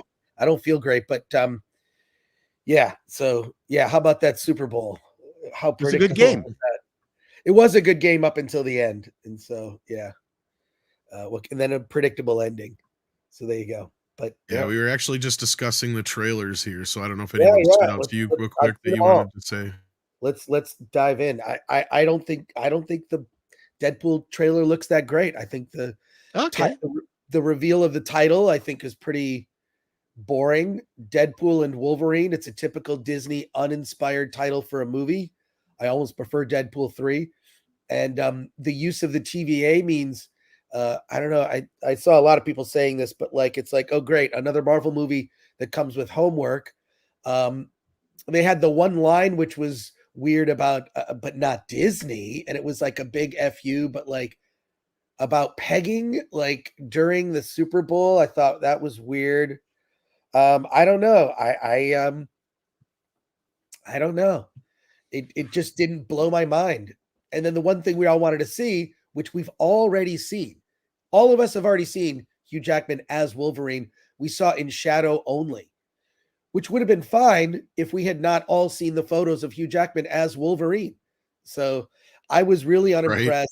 The best thing was the Dunkin' Donut thing with Ben Affleck. I thought was the best commercial of the entire night. And none of the movie trailers impressed me. They were all, and the Wicked trailer, I know you guys don't care about Wicked. I've seen we talked a little bit about it. I've seen that stage play 5 times. It is a veiled, there are veiled story threads in it about racism. But, you know, now it's really about racism. Thank you. Somebody else pointed it out. Thank you, Chris. I was like, F this movie. I hate it. It was based on a really creative book called Wicked, which turned into a musical, which is fantastic. Like I say, I've seen it 5 times. But the fact that they overtly now, so it was sort of subtly about racism, but not really, because it does involve animals who can talk and animals that cannot talk.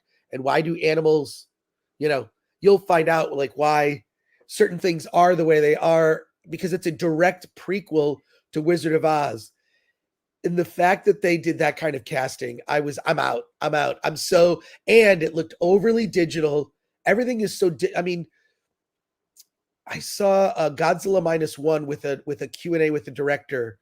There are 600 special effects shots in that, in Godzilla. Every movie today is just bad CGI. Bad CGI that hasn't gotten better than 20 years ago. Yeah, and Planet of the Apes looks bad. It looks bad. Like maybe they're catching it up to creatively more like the original Charlton Heston Planet of the Apes, because you've got a character that looks like she's based on Nova. But none of the trailers impressed me. And I thought Wicked might have been the worst, just because now it is overtly about racism because they're prejudiced for the girl who is green. Well, that's sort of a subtle thing. Now it's not so subtle because you cast a black actress to play the green girl. So now it's just like, it's so. And she's like surface. The only other, there's only like one other black person in the entire trailer I saw, Chris, and they're like a background character. And that why is she wearing the sorting hat? Yeah, exactly. Now it's overtly about racism instead of subtly about all these things in the form of a fairy tale. I out of the gate hate it. There are all these digital effects that look bad. And yeah, and then the Deadpool 3 trailer, like, fine, it's a teaser. It's okay. The TVA, no one's going to care what the TVA is. I think they're going to make it self-contained. I wish I had that confidence. I don't think so. They have to. I think they absolutely have to. It's going to be horrific. They're bringing Deadpool into the Marvel universe.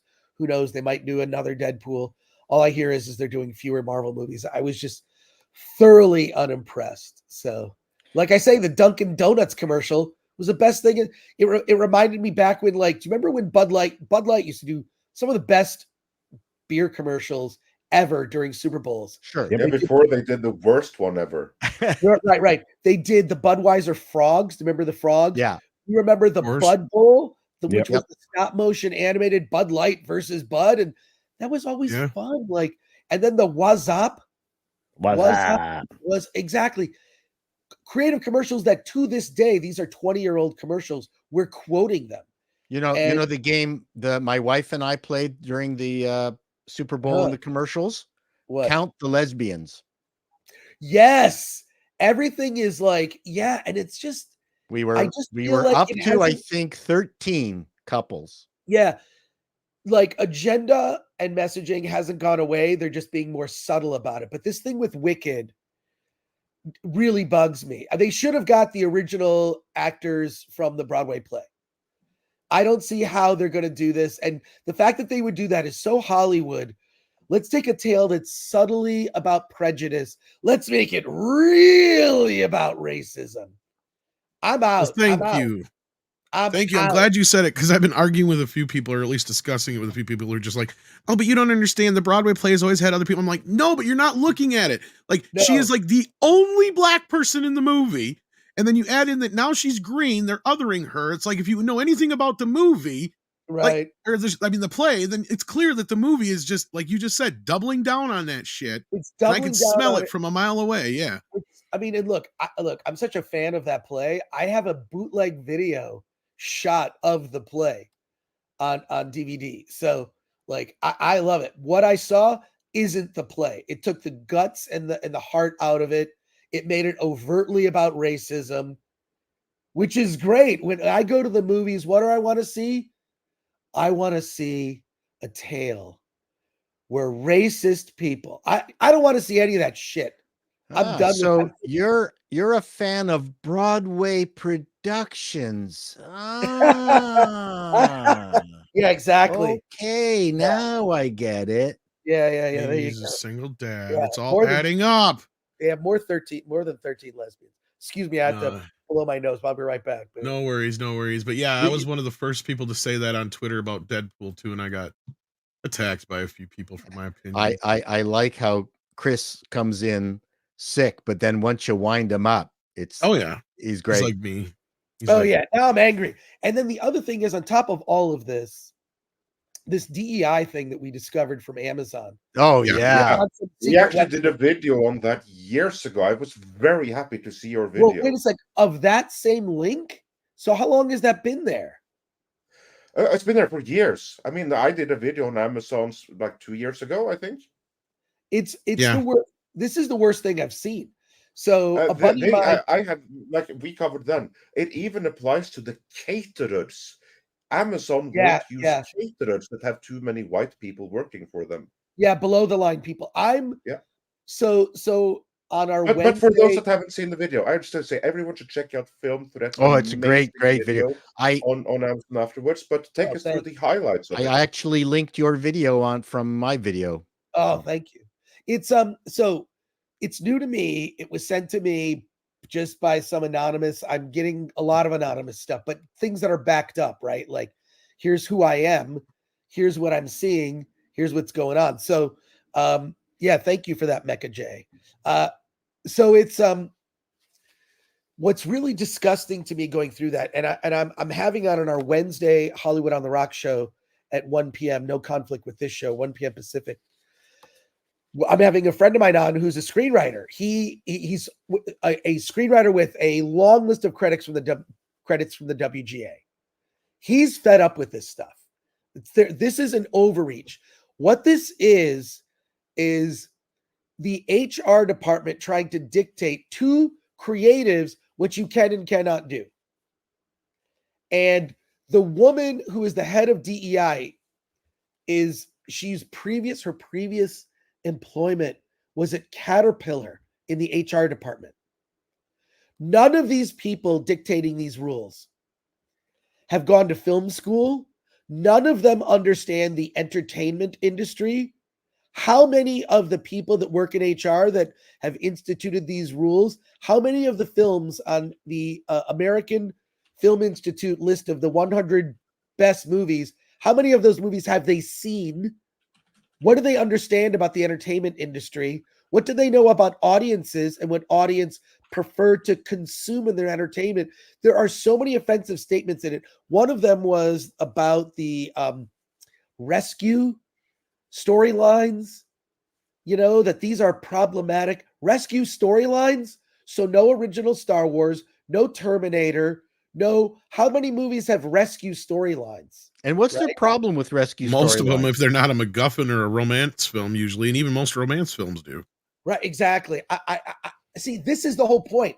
No one in those departments. Okay, it's one thing. We want diversity in this. Hire more people who deserve opportunity. Okay, fine. We'll do our best. Don't tell us who to hire, but we'll do our best. But dictating storylines and jokes, go through that document. Andre, I'm certain it was updated since you last went through it. They're talking about I'm jokes. sure I will do an update video on it. Jokes you can and cannot make based on the identity of the people that could be the target of a joke. And also no sensitivities to, you know what's Hollywood shorthand for someone who's racist? Anyone with a Southern accent. Okay. We did this thing on sensitivity reads last week, and now I'm fighting with this organization that wants to take down the videos. I'm not doing it. Well, I I'll saw do a that. video You've back been and put it you've up been there. killing it. Those were great videos, Chris. Well, thank you, but I'm angry. I'm angry because this is I see now, like, it's like, look, I'm like Rowdy Piper. I got the glasses. Now I see it all. Yeah, You know? yeah. No, this is what we've been trying to tell people for years. And just like we said before you got in here, if they had just, we've been giving them free consulting for years. If they just listened to us. But anyway, Yeah. go ahead. But Sorry, Chris. it's unbelievable. But Chris, yeah. Can I just say one thing Please, before you continue Thanks. about this thing from Amazon? And it's very similar to the requirements at Disney. I just want to bring out one comparison, one historic comparison. You know why Japan has a thriving industry producing video games, art, manga, and China doesn't, even though it's a much bigger country with a much bigger population? Shall I tell you why? I will tell you why. It's every single time there comes some kind of property or some kind of creative that has some great ideas and produces something that people gravitate towards, the CCP instantly gets involved and gives like, okay, here's the list of what you can do to make sure that this adheres with the party lines. So here is now the stuff that you need to work with. And it's a whole list of basically commie rules and regulations. And they're obviously different from the ones here at Amazon, but they have the same purpose. They stifle creativity because everything must now be about celebrating the party, and you can only do this, this, and this thing that celebrates this, and this part of Chinese culture. And if it doesn't do that, then it's out, can't be done. And that is why you don't have any of those things coming out of China. The only things that you have coming out of China are movies like Hero and Crouching Tiger, Hidden Dragon, that kind of stuff, which is celebrating the glorious past or celebrating the glorious technology of the present or something like that. Only things that are good for the CCP are allowed. This is the same thing. If it doesn't follow the DEI agenda, it can't be made. And that means that if we would just go back and apply this standard to everything that was before, 99.95% of all your favorite movies, TV series, none of them could have been made. Yeah, that's true. It's commie regulations.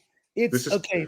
So my friend, he's been on the show before when he was on during the strike. My friend Jim Agnew, WGA writer, worked with Nicolas Cage, made a ton of films. He's now producing films independently because he thinks the industry has gone mad. They have deviated so far from tried and true formulas that audiences have proven that they want, like a classic Marvel movie. Like you were pointing out before I came on, Tom, about Perlmutter. Like he just had sort of an instinct. A lot of these like old school, like, like sure, maybe they didn't contribute specific ideas, but they're like, this is a true, excuse me. I just heard a truism from a woman I know who reached out to me. She works in television animation for children. She's a screenwriter. She's written on many children's television shows, animated shows. And the common knowledge is that girls will watch programming made for boys. Boys will not watch programming made for girls. So she was talking about, that tweet I put out every couple months that pisses people off. I already have one pre-written for Madam Web, by the way. I can't wait. But she was pointing out there's very big differences when kids are single digit age, what they tend to gravitate to. There are always outliers and kids that, the boy that wants to play with Barbies, fine, whatever. But in general, that is something that's backed up by research, that girls will watch something for boys. Boys will not watch something made for targeting girls. There you go. Make of that what you will. Yeah, no, it's absolutely true. And I agree with you. Yeah, I think most people have, and there's proof. When you read all this stuff now, I mean, like going through, I'm certain I'm certain, Andre, that they have added more. A whole section where they go by Latinx and like. Oh, I'm sure they have added more. It is so dense. I don't see how anyone creative can have an idea and not live in fear that I'm going to break one of these rules. And these sensitive, now they're adding like another grift, which is you have to have your screenplay written or read by a sensitivity reader. The point is they're only have radar for certain people's types of sensitivities. I was about to say, because one thing I noticed, because you did a great video there going through the rules and regulations for writing about Black characters, Asian characters, and what they even refer to as Latin X characters, although actual people of Latin descent hate that particular term. I haven't gone through the updated list since I did my video 2 years ago, but I'd be shocked if there was a similar list for this is how you non-offensively write about white characters or even divisions of white people, like Scandinavians or Balkans or from all over the places. I very much doubt that there's any kind of sensitivity training or anything required for that. That's a free for all. I'd be shocked if it wasn't. Yeah, there's nothing I could find about white people. Exactly. Nothing, like zero. So the assumption is you need to lift up all these other groups at the expense of white characters. 60%. So I've heard rumors for years. I've heard rumors for a long time, let's say, of a document called the Reflection Report. I don't know if it exists because I've asked so many people about it. So we're just going to make one.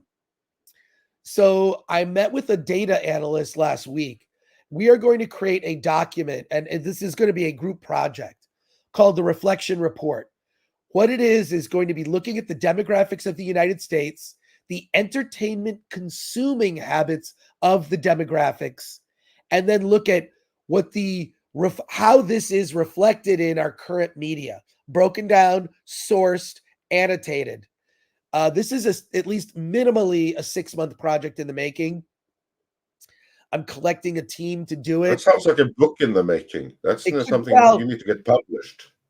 Maybe. The point is that you have shrunk this industry in half. In half. The industry is just self-immolated and cut itself in half. Why? They're not serving the needs of the audience. I would even go so far as to say certain demographics, it's not in their habits to just go to the movies all the time. I'm sorry. Certain people consume certain media differently, certain types of people. There will always be outliers. But you know what? There are just certain harsh realities. I think Perlmutter was kind of tied into those harsh realities, right? Like, I don't know, kind of boys like this stuff, girls like this stuff. I can't believe how much I'm attacked for stating what to me is just the obvious, which is Star Wars is a boy brand.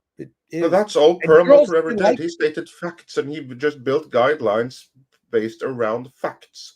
And the funny thing is, he's proven right in everything. Even that stupid, unofficial, but yet unofficially official MCU history book even said that, those horrible fans that boycott the female and diverse Marvel movies, don't they understand that they're proving Perlmutter right? Can't do that. That's bad. It's just exactly what I was saying, right? Okay. Like boys will not watch something made for girls. Okay. Yeah. Boys are not asking to go to the Barbie movie. But you know what? Girls are like, I want to see the new Thor movie, right? Women like strong men. Okay. And boys or men don't like, when was the last time you went to a chick flick, Tom? Never. On purpose? Yeah, on purpose. That's a key difference right there. That's exactly right.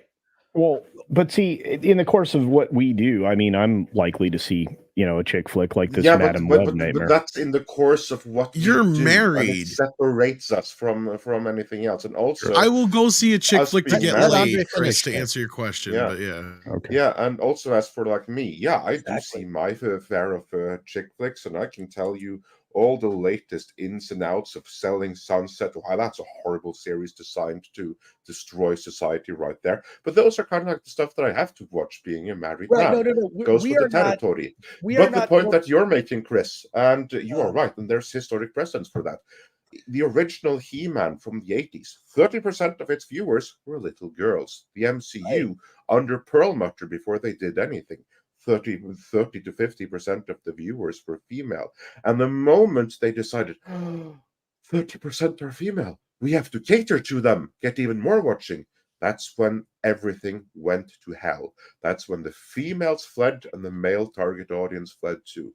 That's how Well- He-Man collapsed overnight back in the 80s. That's why the MCU, the biggest entertainment franchise in history, bigger than Star Wars, also collapsed in no time flat. The moment they tried to appeal to the audience, they already had won over.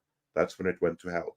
Well, the problem is that they come to the wrong conclusion based on the data. So they've got this data like, we need to make Marvel movies more for girls. No, that's why you've lost the audience. Right. Madam Web is going to tank.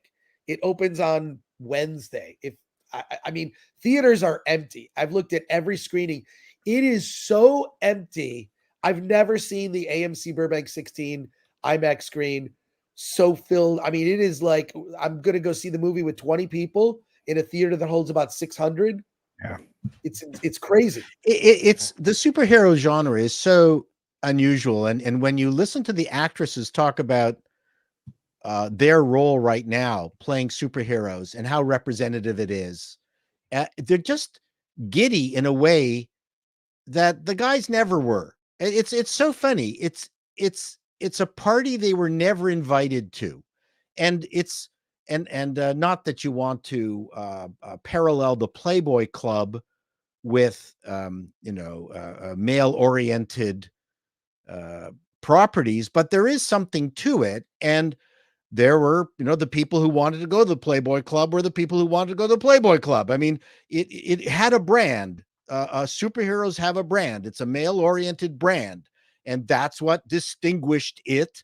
And you either wanted to be a party to it or you didn't. It's very straightforward. Now it doesn't have a brand at all. That's the problem. Yeah.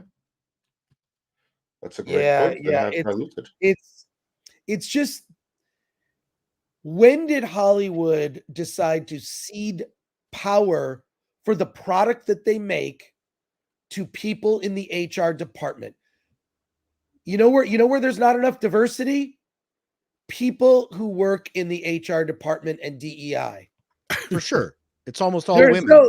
no diversity. They need more diversity in people who work in DEI to make sure all are represented. And you're not wrong, Chris. That's why I was chuckling. I have seen, it was out of we irony. have seen a revolution of employees taking over properties because they don't like what management is doing with it. And, I've talked about this before. Random House in Toronto announced to its employees that they were going to bring out book 2 of Jordan Peterson's 12, ways to be better. And a whole crap load of colored haired staff just screamed about it, went to management, demanded a meeting with management. Like, would that have ever happened in, when you were working for someone, Chris? Never. Like, I don't understand where they fire them. Fire them. Fire them. And I believe the story is that management did address these screaming cancel pigs and flying monkeys and said, we put out 100 books a year, only 2 books every year actually make us enough money to cover your salaries, and one of them is Jordan Peterson's fuck off. That's the right answer. They told them to F off. But I'm paraphrasing. Right. But it really does have to get the point of fire these people, make examples of them, and tell them, you just got to remain firm, and also, or else just don't have them in your company. They're not going to make you money. They're not going to make you money. But they're not. This explains why Rings of Power is the way it is. I'm certain Gary is going to do another video and go through Rings of Power with these rules, because it pretty much fits all those rules, right? Well, yeah, we actually made that point before it came out, that yes, it was obviously made with those rules in mind, because with those rules there, you can't do anything Lord of the Rings, because it's too many white people. And the rules, they don't care that you are doing something set in a fictionalized European past. Doesn't matter that you do something where, even if it's historic past, it doesn't matter. Nope. It has to be diverse as it was LA today. And it doesn't matter anything else. All that matters is the diversity and the inclusion and the equity of that you bring forth the underrepresented group. And here's the irony. In following these rules, the groups that they label underrepresented are actually overrepresented. Completely. The only ones who are underrepresented are white people. They're the underrepresented. And there's we all know which underrepresented group or two groups are the ones everyone is concentrating on. So it's a lot of bullshit. And one of the things that I talked about in an old video talking with HR experts is one of the reasons this all accelerated was the internet and social media. And I'll tell you very quickly. We had boomers-ish running companies. Normally, they would have hired, let's say, the next generation, whatever it would have been, to then bring them up into corporate, teach them how to run things, become C-suite executives, etc. But because the boomers were so bad at using technology, they hired the next generation of individuals who knew how to do, or claimed to know how to do, social media, because they all panicked over the social media revolution. So they skipped a generation of people that they could nurture and hired much younger people to bring in than they would normally have done. And that, which no one talks about, has had a profound effect on corporations. And all of this is just, it's making a terrible, the result is this: terrible product. The audience is rejecting it. They've got other stuff to do. I've got older movies I can watch. There's Fathom events. If I love going to the movies, I've got more choices that aren't your current thing. I have video games I haven't finished or played. I'll just go do something else. I'll make a different choice because I'm tired of this modern garbage. But what's annoying to me is how much the industry has just wholesale changed itself as a way to accommodate, because they can't say no. They refuse to say no. Well, they need to start saying no and just say, you know what? Absolutely. Maybe the HR people who don't know anything about movies shouldn't be telling us how to make movies. HR should deal with legal issues and hirings and firings, and that's it. And that's it. And you don't hear about diversity in the HR department. In the 60s, the HR department was something like 95% men. Right. Now it's women and or not straight men. Yeah. All my experience with anyone in the HR department is it's always women or gay men, which is, you know what? I don't care. People gravitate towards types of jobs they like. Right. You know, it's very rare, like hair and makeup all through. When I was doing TV, I did TV for like 15 years. Women or gays. That's it. Yeah. They like to do hair and makeup. You know what? No problem with that. No, because gossip was important. Construction on construction sites, mostly straight men and not white either. I would say here's the other, Michael, to add that there's no demand to increase representation on the construction site. Right. No, but here's what I'll say.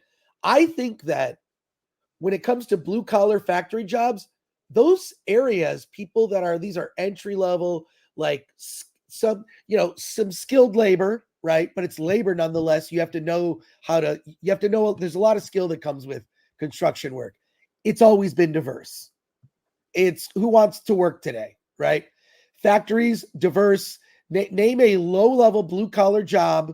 It's diverse. You know what's not been diverse? Not necessarily corporate America's not always been diverse.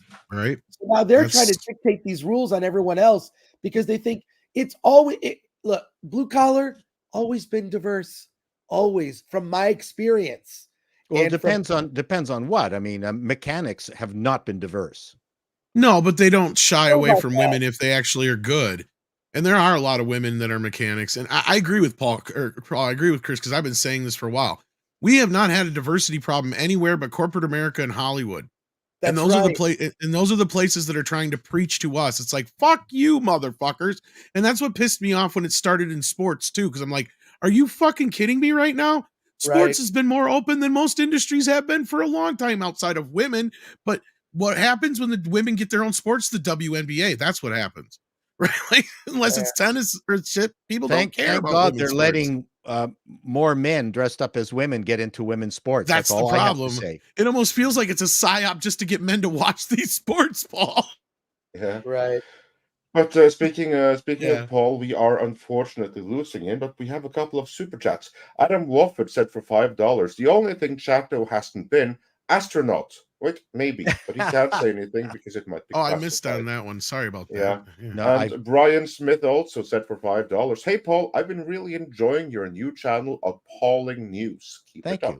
Yeah, indeed. The link for that is, of course, in the description. This is what happens when Six is not here. I do a piss poor job of producing. We miss Six. Yeah. Yeah, so hopefully she's feeling better. Yeah. Let's see if there's anyone else for Paul here. Before we lose you. While you're looking, of course, check out Paul's channel, Appalling News, and I had the latest one today. Very funny stuff. So TV Guide. I even have to, and TV Guide is being worked on. Thank you. It's been a while since I put one up. Other people tell me about it. People are complaining. Oh, finally, other people are complaining. Besides me, they're the most amount of work, and they're my least viewed video. I know, dude. I totally understand and empathize. That's why I have not given you as much shit. No. You can't give me as much shit as you want. I don't mind. It's okay. Thank you all very right, much. But I think that's all for you. Yeah. Good to see all of you, Culture, Tom, Andre, Chris, and congratulations from the shout out from Elon. Yeah. Oh, thank you very much. I think that was exciting. The videos that along the lines of the DEI stuff have been fantastic. I just out of curiosity, have people contacted you pissed off? I mean, other than that video where you showed that struggle session, have people in the industry been pissed off at what you've been doing? No, they're cheering it on. They're cheering it on. Other than that organization that they're upset that we did a commentary. YouTube looked at it and determined it's fair use because we commented on it. Right. So we're good. We're good. Also, there. I'm so glad to hear that. Yeah, so we're good. Thank you, Andre, for your advice. Thank you for your advice, Andre. But yeah, so there you go. I know you got to go, Paul. So yeah, got to go. Bye, everyone. Have a great time. We'll see you hopefully Wednesday. Yeah. Yeah. All right. Yeah. Shall we do a couple of more super chats? We got a couple for Chris specifically. Mexican Iron Man is in his house. Oh, that's great, Mikey. Hey. I saw Mike. Congratulations. We were hanging out. In real life. I'm jealous. So anyway, Mikey here has been a member forever. Because he's our CFO or whatever. Yeah. So yeah, he's been here even though he is a member as well. He says, Chris, congrats on the Elon shout out. Indeed. Film Thread is doing awesome work. FYI, we Mexican folk could use some diversity with more liberal, progressive, blue-haired wackos for landscaping and summer agricultural work. Just saying, LOL. Well, Mike, that's about all they're qualified for anymore. I don't think they're even qualified for that, if I'm honest. Yeah, well, that's true. Yeah, but you were talking, Andre, earlier about these types of people in these companies. I say fire them. I agree. Fire them. You fire one, and then if another one complains, you fire that one. Yeah, it's so easy to fire them. You fire the people who complain. I think it's just really easy. I shut down that shit. We have very few problems at Film Threat with drama. I mean, Alan and I goof on each other all the time, but there's no drama. Like, We don't have that kind of internal drama, but we do have people who just politically think differently, and I want their voices represented, but I've never had someone say, oh, this thing got film threat, from our internal. We have like 30 writers from all over the world. It's really like, can you hang? And do you love movies? Are you super passionate? So yeah. Indeed. And then we've got Is This Live gifting out 20. Holy crap. Midnight's Edge memberships. Yeah. Now, Andre, he's pressuring you. You have to do a member stream. Yeah, well, we will have a membership stream in less than 7 days. I just have to see exactly, because I also have to make sure to go and watch Madam Web for you also. You don't have to go. So I just have to plan 100% it on Rotten Tomatoes. So I don't get crushed in the stampede. That is guaranteed to be. Can I share something very quickly to that end? Go for it. Andre? Right now, I am the only person in my theater for my preview screening. Oh, you're kidding. No. You were talking about, the Burbank one that you go to, right, with 600 seats. Yeah. This has about 450 seats in it, and I'm the only person that's Let's see how mine's doing. I'm in the middle. I'm in the Big Sack Center. That's a big screen TV right there, just for you. That's huge. Yeah. And before we move on with the madness of the current industry, got like another couple of super chat here as well. There's one movie that I would love to hear if you have any kind of insight into, Chris. Big Boss SB says for $1.99. Hail Midnight's Edge in the Morning panel. Any updates on the new Red Sonja film? Last I heard, the movie was completed. But the problem facing it is that it has no US distributor. So it was shopping around for a distributor.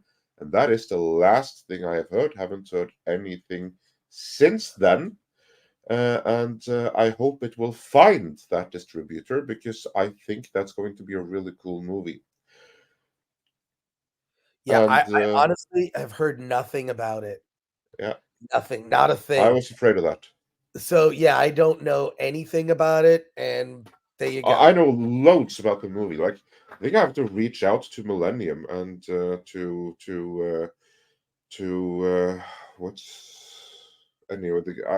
forget the name of the producer right now, the son of the former guy yeah.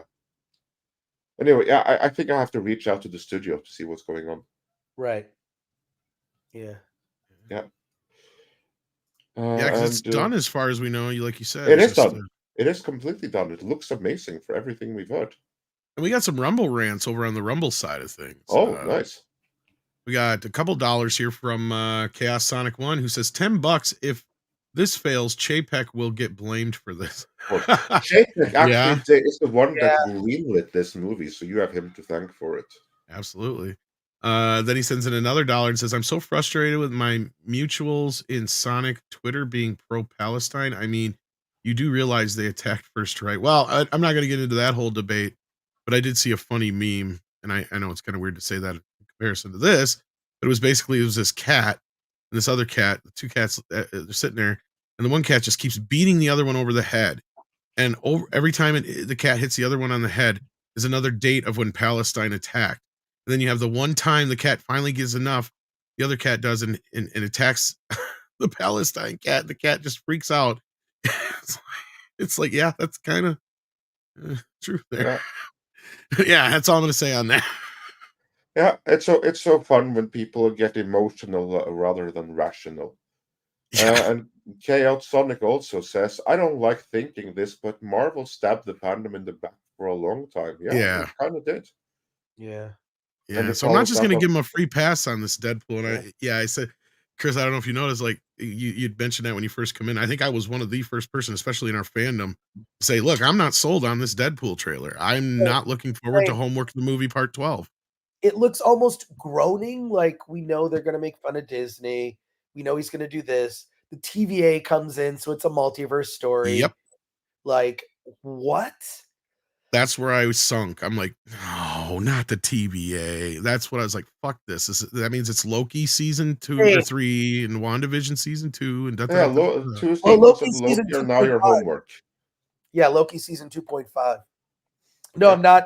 I'm not convinced. And then the one thing, like I say, that they teased, the shadow of Wolverine, was not like, like we already know. The pictures have leaked. Just show it. But we didn't get any sense of what the story is, but I almost think I just don't care. And I don't know. I have an idea. I'll say based on this tease, I thought Deadpool 3 was going to be a huge hit. I don't know. I don't know that it will.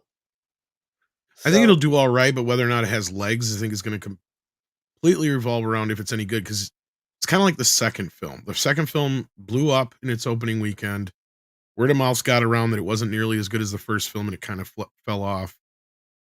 This one is dealing with the baggage of Marvel movies, and going into this trailer, I really wonder, because even though I've gotten some flack from people, most of it has been from people that are clearly in the, because they're clearly into like the woke MCU shit anyway. They like anything that the MCU throws at them, because they either come back with, oh, you just don't like this, that, or the other. But then the big one is, well, everybody liked Loki.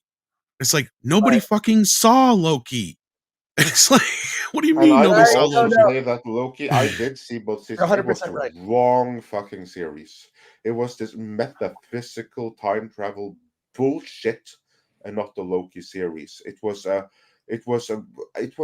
horrible Star Trek Voyager episode that went deep into the techie tech talk, expanded into 2 seasons of Loki featuring Loki. It wasn't a Loki series. It was completely ridiculous. Yep. You were going to say something, Chris. Or is that basically what you're going to say? Just like I'm just I don't know. I think in some ways I've reached the breaking point. I did a video the other week where I just said I'm just done with dumb people. I'm just done with, you hear these dumb opinions about things that people spout like they're facts, and they're just terrible takes or disingenuous criticisms, basically to attack people. Myself among them, but pretty much everyone here has been a victim of that. But like, I'm done with tolerating these people that are midget-minded morons. I only say that because I love alliteration, but you know what I'm talking about. It's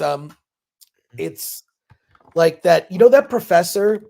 Oh, by the way, do you guys know the professor who did that kind of talk through about J.K. Rowling? Remember we talked about that video? I think we did last week, Andre. Which video was this?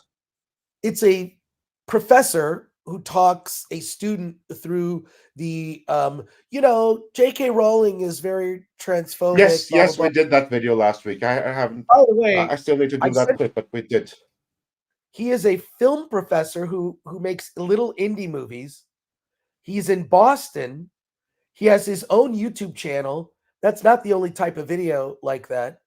He's a little taken aback by his newfound huge fame, because that video's got millions of views. But I reached out to him. I'm trying to get an interview with him on Film Threat, the Film Threat channel. But if you go to his YouTube channel,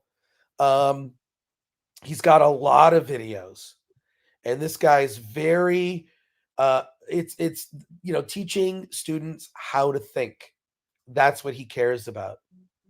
The YouTube channel, his name is Warren Smith, is the name of that person. And the YouTube channel is, I'm going to find it here somewhere. I can't find it. Why can't I find it? Anyways, he was on looking for it. Oh, here it is. Secret Scholars.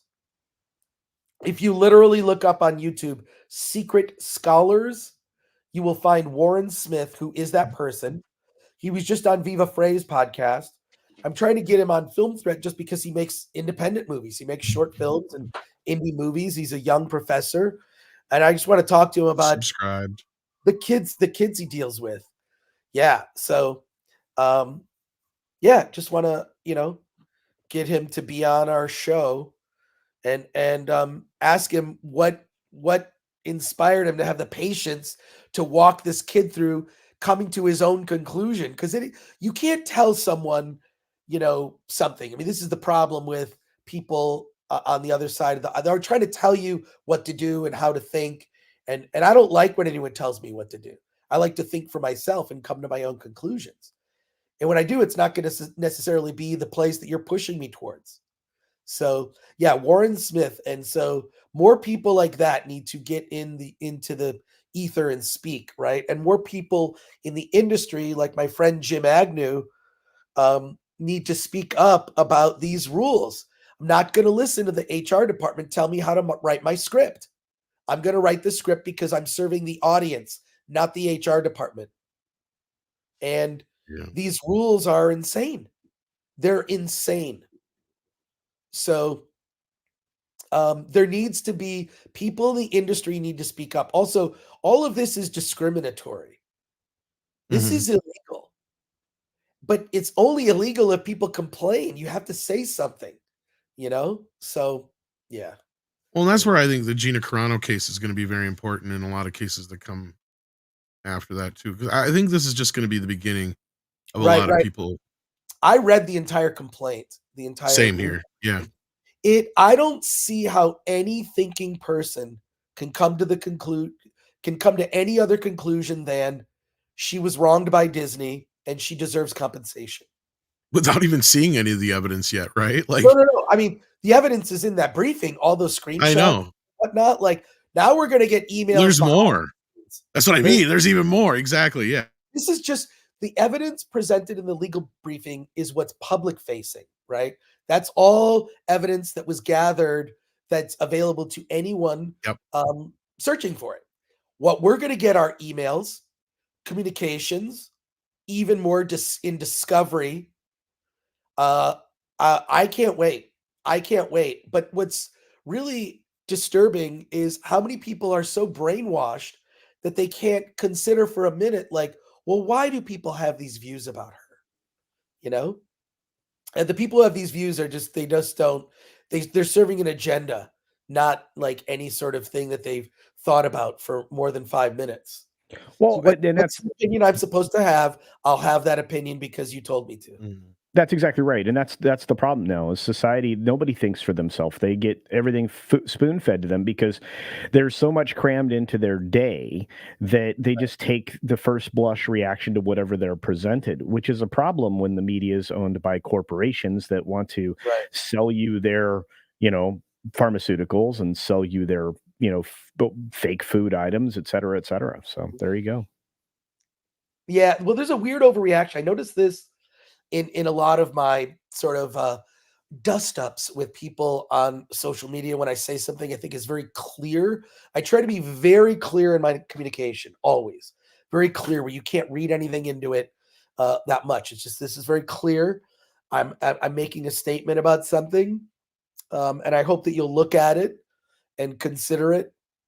But what's weird is like the weird assumptions that people graft onto a thing I never said. That like there are plenty of female Star Wars fans that's like, yeah, they like it because it's made for boys. Or they used to. Yeah, they liked it the way it was. Yeah. They liked it the way it was when it had strong men. Strong like women. Solo, among But- others. So, Let's go through the remaining. Yeah, we got one more rounds. here sorry from about Chaos that. Sonic. Yeah, No, that's you're all right. fine, brother. That was an amazing rant, and I agreed with it. All right. And, Appreciate it. I can also relate. I am more cautious on this movie now. Part of me wants it to flop now to get Marvel to realize to get rid of everyone to fix themselves. Of course, he's talking about Deadpool still.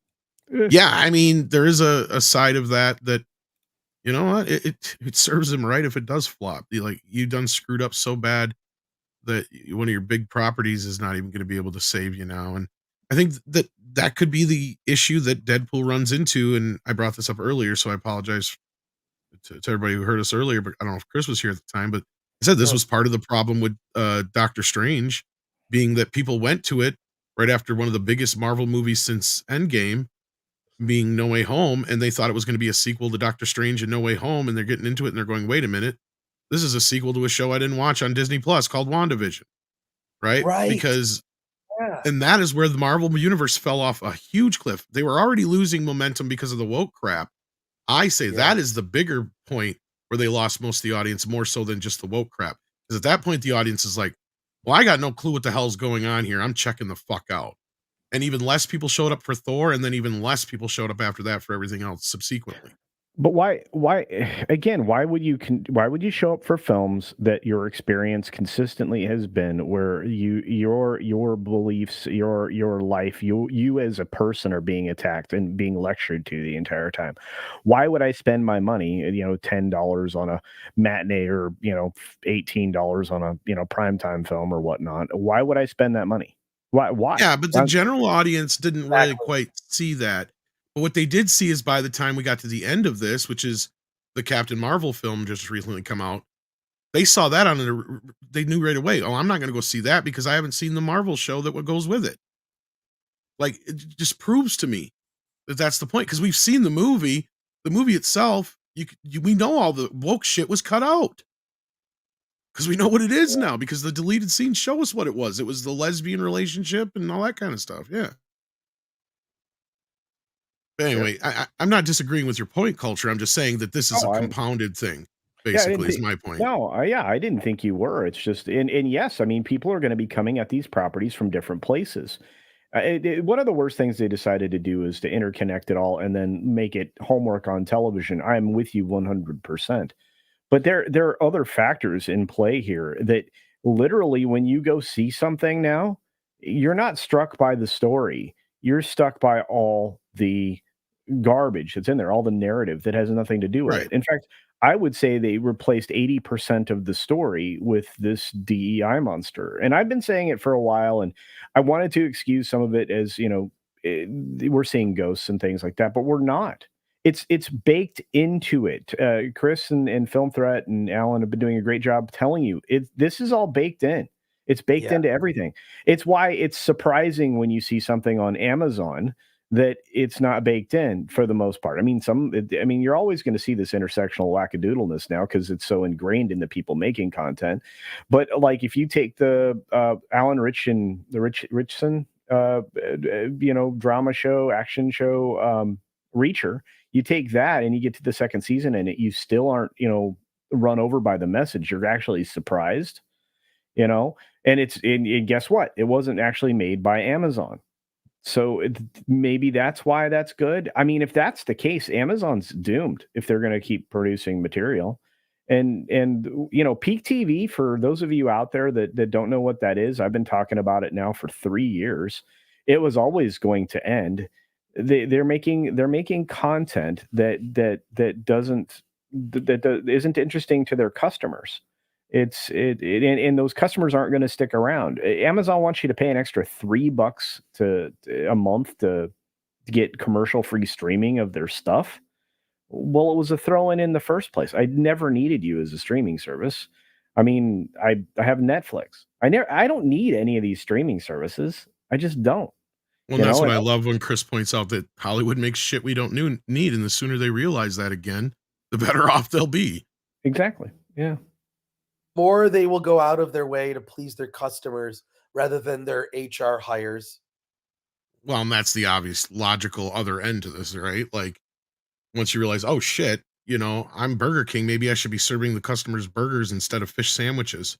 Just because I know fish sandwiches are better for them, that's not what they're ordering. Or I don't know if a fish sandwich to be clear, that's my point. Exactly. Think it's better for them, but in reality, exactly, yes, they're filled with all kind of parasites and shit, and you'll be sick from it. No, and that's my point. Is they're pretending it's something that's better for us. Yeah. They think it's better. It's not what we come to Burger King for, right? We come to Burger King for a fucking Whopper, not some fish sandwich that you create out of nowhere that we didn't order. And Andre did a great video on this years ago, where it was basically the same concept, and I'd said similar things about. Kind of thing where it's a great analogy because that's exactly what it is. Hollywood is like a restaurant. We don't have to go in there, right? Right. We got plenty of food at home if we want to eat there and do the job ourselves. I got a whole just look around me. This is just a corner of it, but I have a whole restaurant at my fingertips, right? Same thing goes with anything else. You got to give me something I want, not something you think I need. See, and that's kind of the whole point that they're like, no, you need to be taught this. You need to be told how bad you are. You need to learn. You need to be reprogrammed. No, fuck you. My parents raised me right, bitch.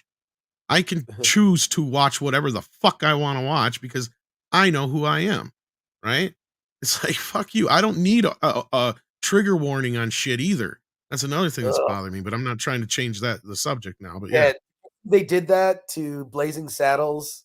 You know what I found out, Chris? That's been 3 years that's been up, and just finally somebody said something about it. It's a video. It's actually a little video intro to put it in context. Yeah, it's bullshit. Because they used to do that stuff on Turner Classic, but it used to be more or less that Robert Osborne guy would come out and say, "We're about to watch Citizen Kane, which was a very controversial film at the time. Orson Welles was trying to be, blah, blah, blah." He'd give us a little tidbit about the movie, and then they go into the movie, not a whole lecture telling us about, the race relation and all this other. It's like, dude, and then half the shit they're telling us is wrong.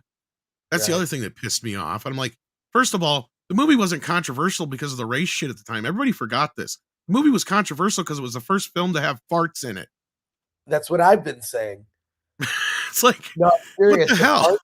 We just talked about the farts. We couldn't believe it. The campfire scene is so good. Well, and I remember that specifically because when it came on TV, that was the first time I ever saw it. It was on television. It's just the wrong way to experience the film. Right, but throughout the film, yes, the F words were cut out, but not one single N word was cut out at that time. But I'll tell you what, the fart scene is there, and there's no farts. And my mom had to explain to me what was going on. Because it's just a bunch of cowboys sitting around eating beans. They cut out the fart sounds. It's like, that's the only thing that's really majorly cut out of the movie. And I remember my dad pissing and moaning because he's like, "That's the best scene in the movie, and they fucked it up." Yeah. Ridiculous. Because that was the controversial bit at that time. Yeah, sorry. Anyway, go ahead. Yeah. I got to run, unfortunately. All right. Well, hopefully you feel better, man. Well, we got a couple of super chats for you. Cool. All right, let's get to those. I thought we got through most of them, but I'm sure we have some more. I just double checking to see if that there's none that there are none left. Yeah, here we go. Action.com says for $5. Chris, it is neighbor or neighbor, or should we just screw your pronunciation? This, of course, is in reference to the Arnold Schwarzenegger. Yeah, that was pretty awesome. Commercial was fun. Not as good as I liked it, but it was fun. It was very good. I watched that one, but I didn't see the Duncan one. Yeah, the Duncan one, Duncan Kings, was great. I love it. Which is funny because he filmed that like forever ago. I remember when he was filming that. Do you know that they actually are offering for sale the tracksuit that's in that commercial? The Dunkin' Donuts tracksuit. Oh geez, I'm not surprised. They have. We just recently got a Dunkin' Donuts in my town here, and I know Mikey's gonna hate that I said that, but they actually have clothes and stuff in there. I was like, what the hell is all this shit? So yeah, I'm not surprised. Yeah, it's like an outlet store half, and then the other half is like, it's like weird. But anyway, Chad St. John sends in 5 and says, Chris, is it possible that they're not firing people is maybe because the loans they get are the kinds that can be called in at any moment? I don't know. Like that, I don't know about. But I don't know. Just like I just see it as weak middle management. Someone says something. The problem is if you don't shut this stuff down in an organization, bad ideas spread. And if you've got a bunch of whiny people in your organization making demands that have nothing to do with their salary, the only conversation you should have is, do I deserve a raise? Yes, no. That's it. Like you're here to do a job, shut up and do the work. I don't know. I'm old school. I'm like, I'm like Don Draper in Mad Men. I'm like, just do it and shut up. Like, Right. Yeah. So all right. Well, I think that's all we had for you specifically, but I want to thank you for showing up just the same. Yeah, thanks. Apologies. Considering how you feel. No, you were awesome. And that's what I knew when you first got here and you got fired up. You're going to forget all about that call, at least for a while. Well, I'm still sick as hell, but thank you so much. See you guys next Monday. Have a great rest of your day. Take care. Yeah, take care of yourself. Yeah. Thanks. Bye. Take care. All right, let's get to these super chats. You guys have been so generous. Let's see what you got going on today. We got Is This Live, who's been a member for 2 months, not just throwing out the memberships, but he's also a member. We got Grimzilla here, who says Godzilla X Kong announcing their Wednesday trailer at the Puppy Bowl was actually very clever. Oh, I didn't see that. So there you go.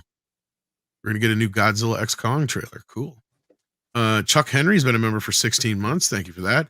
Kalekioki's here, and he says with $5, saw Beekeeper Andre. It had great action scenes, especially that last fight.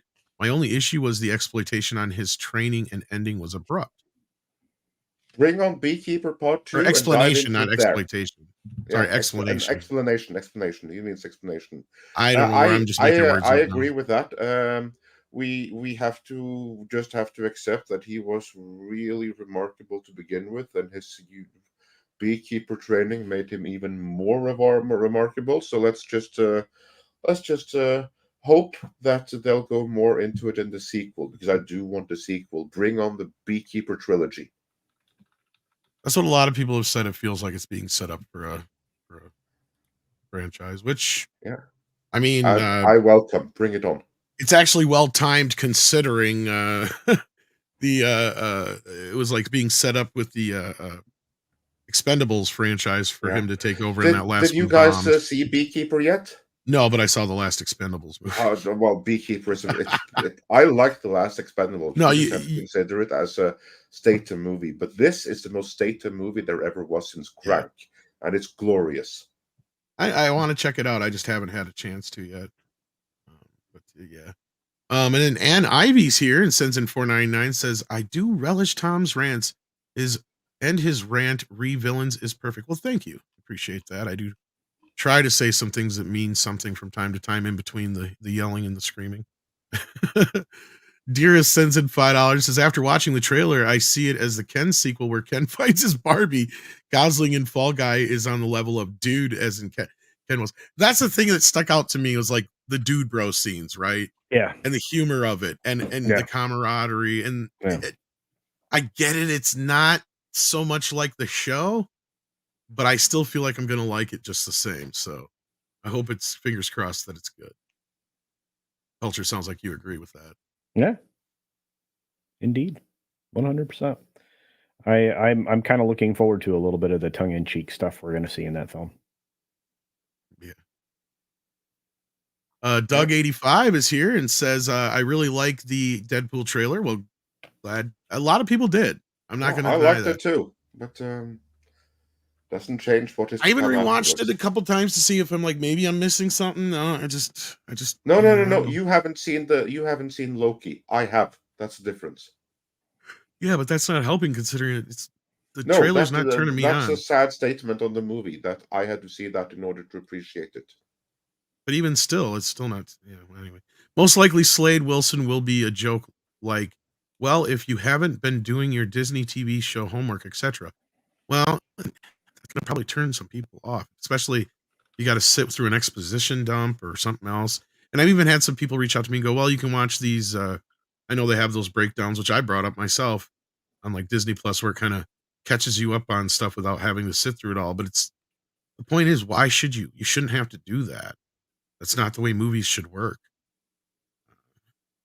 Just me. I like a connected universe, but when it's kind of fallen under the weight of itself at this point. DCB Titan sends in a Canadian $2, says, doesn't matter what Ryan does with it, he's Knuff. He is Knuff.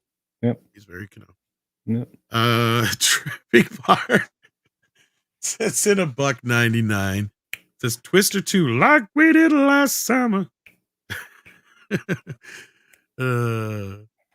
And then we've got Jesus Davila, who's been a member for 27 months, saying, smash that like button. That's right. He used his member chat to say that. Jesus did indeed. And you know what? Jesus sent me something for Mikey, Andre. Oh. You might get a kick out of. Just gotta grab it here. Here's a bit of a preview.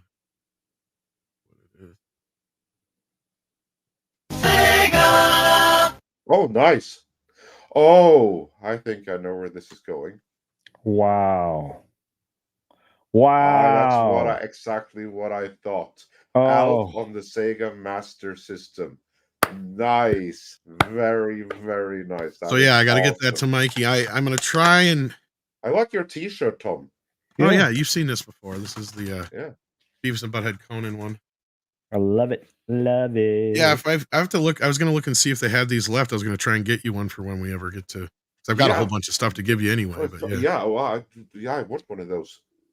I figured as much. So yeah, I got to see if they still have any that I can get, because the place that I get all those T-shirts from, which is sad because people ask me all the time and I tell them, but some of the ones I get, a lot of them are limited prints and they're only available for a short time. And the other thing is I reached out to that company a while back and like, I asked them, do you want to do some sponsorships through us? Because people always ask me, and they declined. So it's their loss, I guess.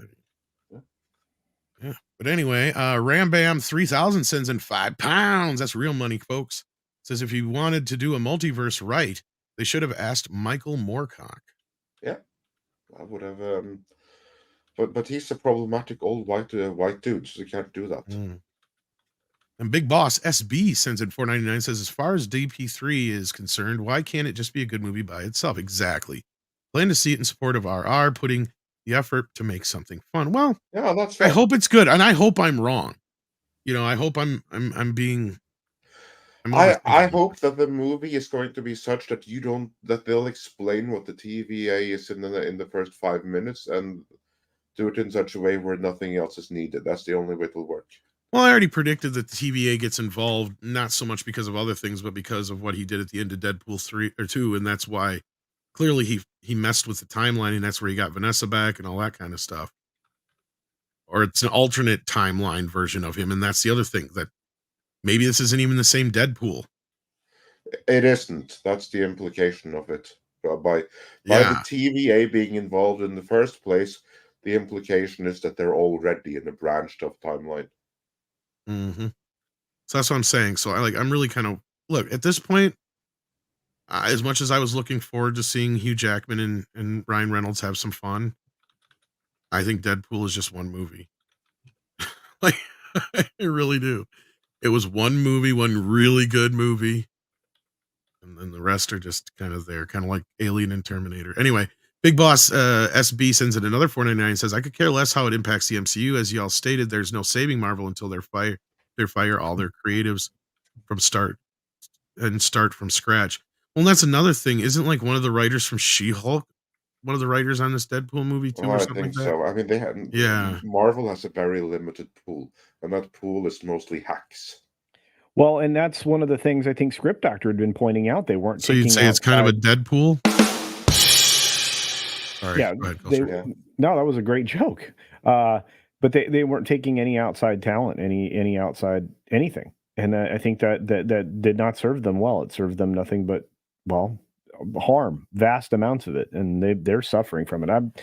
Hopefully I get this video out later today, but there's a lot more to this Gina thing than we've even talked about at this point. I think that I'm going to be continuing to report on it, so keep your eyes out, because it wasn't just her. It wasn't just Marvel. It wasn't just Star Wars. It wasn't just that. This is a problem universally that Disney has. They've booted out any type of balance in anything that they make. So we're stuck with this for a while until they change their ways. Yeah. I hope I'm wrong. I really fucking do. Let that be said. Taker610 says with $2, did you guys talk about Josh Brolin's poetry? No, I didn't know Josh Brolin did poetry. Culture. No. Do you know anything about this? No. I would imagine you would. No. Why would I? Is it like the world's most manliest poetry or what?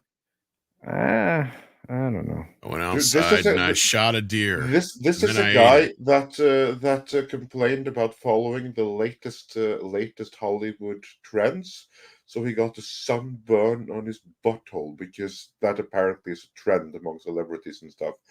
So yeah, I don't know how manly any poetry from him could possibly be. Oh, he tried it, didn't like it. That's different. That doesn't mean he's not manly. It just means he's willing to try things, Andre. He wrote poetry about his Dune 2 co-star Timothy Chalamet. Never mind, I take it back. Shyamalan Ding Dong. Now, also with Zendaya in mind as well. He's even putting out a book. Oh, this is insane. Josh Brolin sure has written a lot of poems about Dune Timothy Chalamet. Wow. So he writes poems of... Okay. So he's part of the Timothy Chalamet fan club, doesn't he know? Oh, that's what he is. That. Oh my God! Listen, what the fuck, dude? See, I told you, I do not trust this guy to write any kind of like.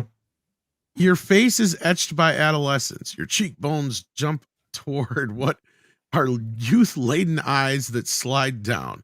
A prominent nose onto lips of certain poetry. And the way you hold my gaze makes me fear my own age.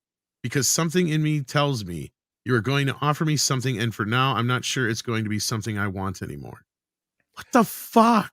HR needs to get a hold of that man because that's all kinds of problematic, and even publishes it. Fuck Josh Brolin. I mean, he did that about Zendaya too. But I'm very surprised that HR hasn't done anything. I've been saying. I think I need a lawyer after reading that. I've been saying the whole time that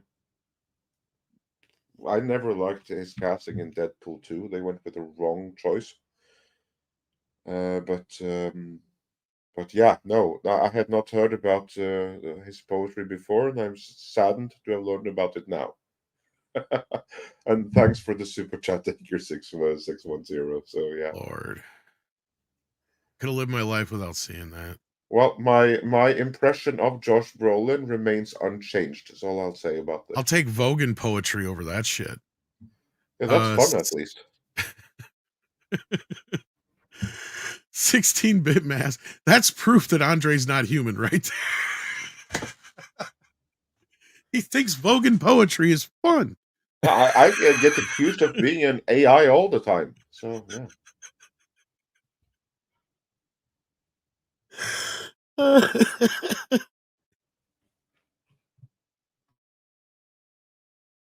16-bit mask sends in 5 and says, "Ahoy, Midnight's Edge. Glad to see you on today. Kick the week off right." Well, I'm just glad that Andre gave me that laugh. That was worth the morning. David Fitzsimmons gives me 5 and says, "All these directors think they are the next Verhoeven and can make successful movies like Starship Troopers field on hating the source material." Oh, that was like an anomaly, though. Yeah, David, I see where you're coming from here. Yeah.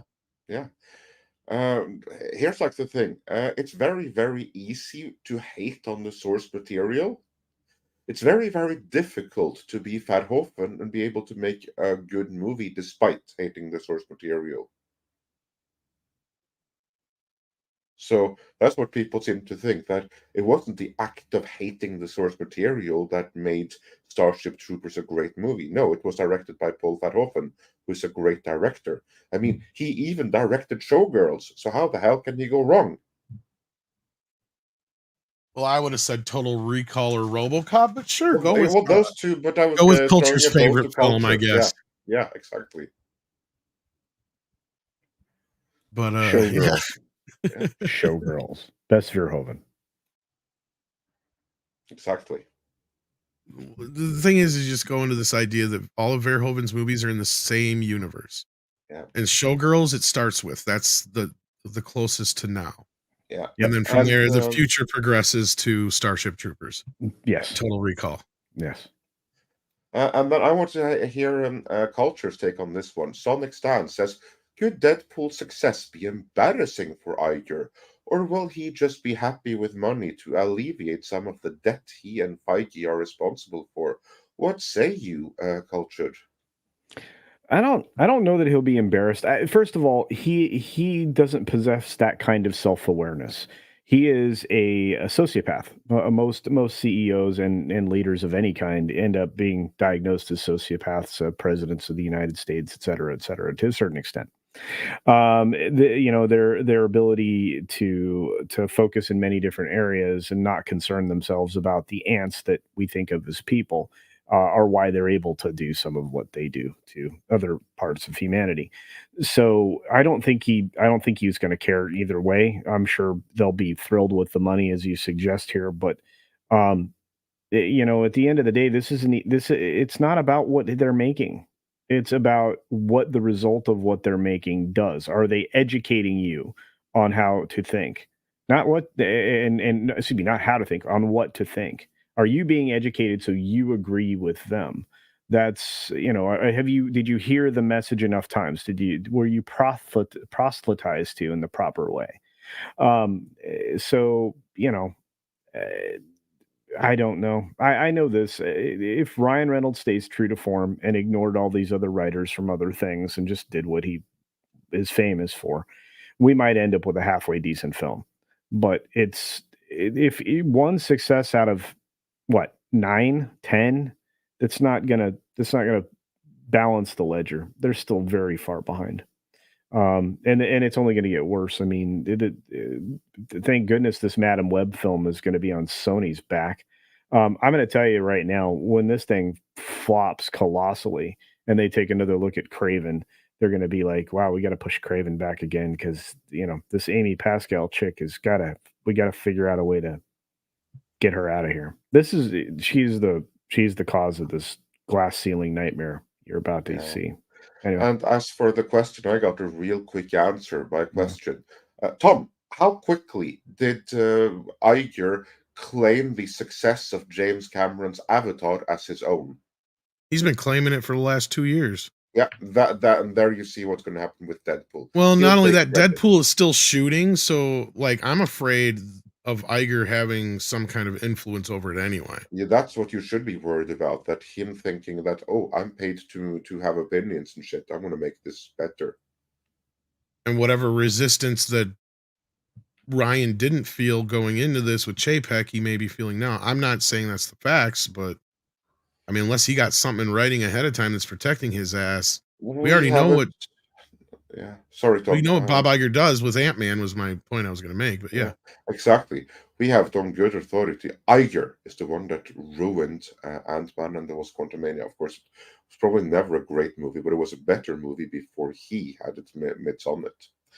And then moving on from there, Sean Carter has been a member for 28 months, saying the only way this could save the MCU is if everything after abandons wokeism. Exactly.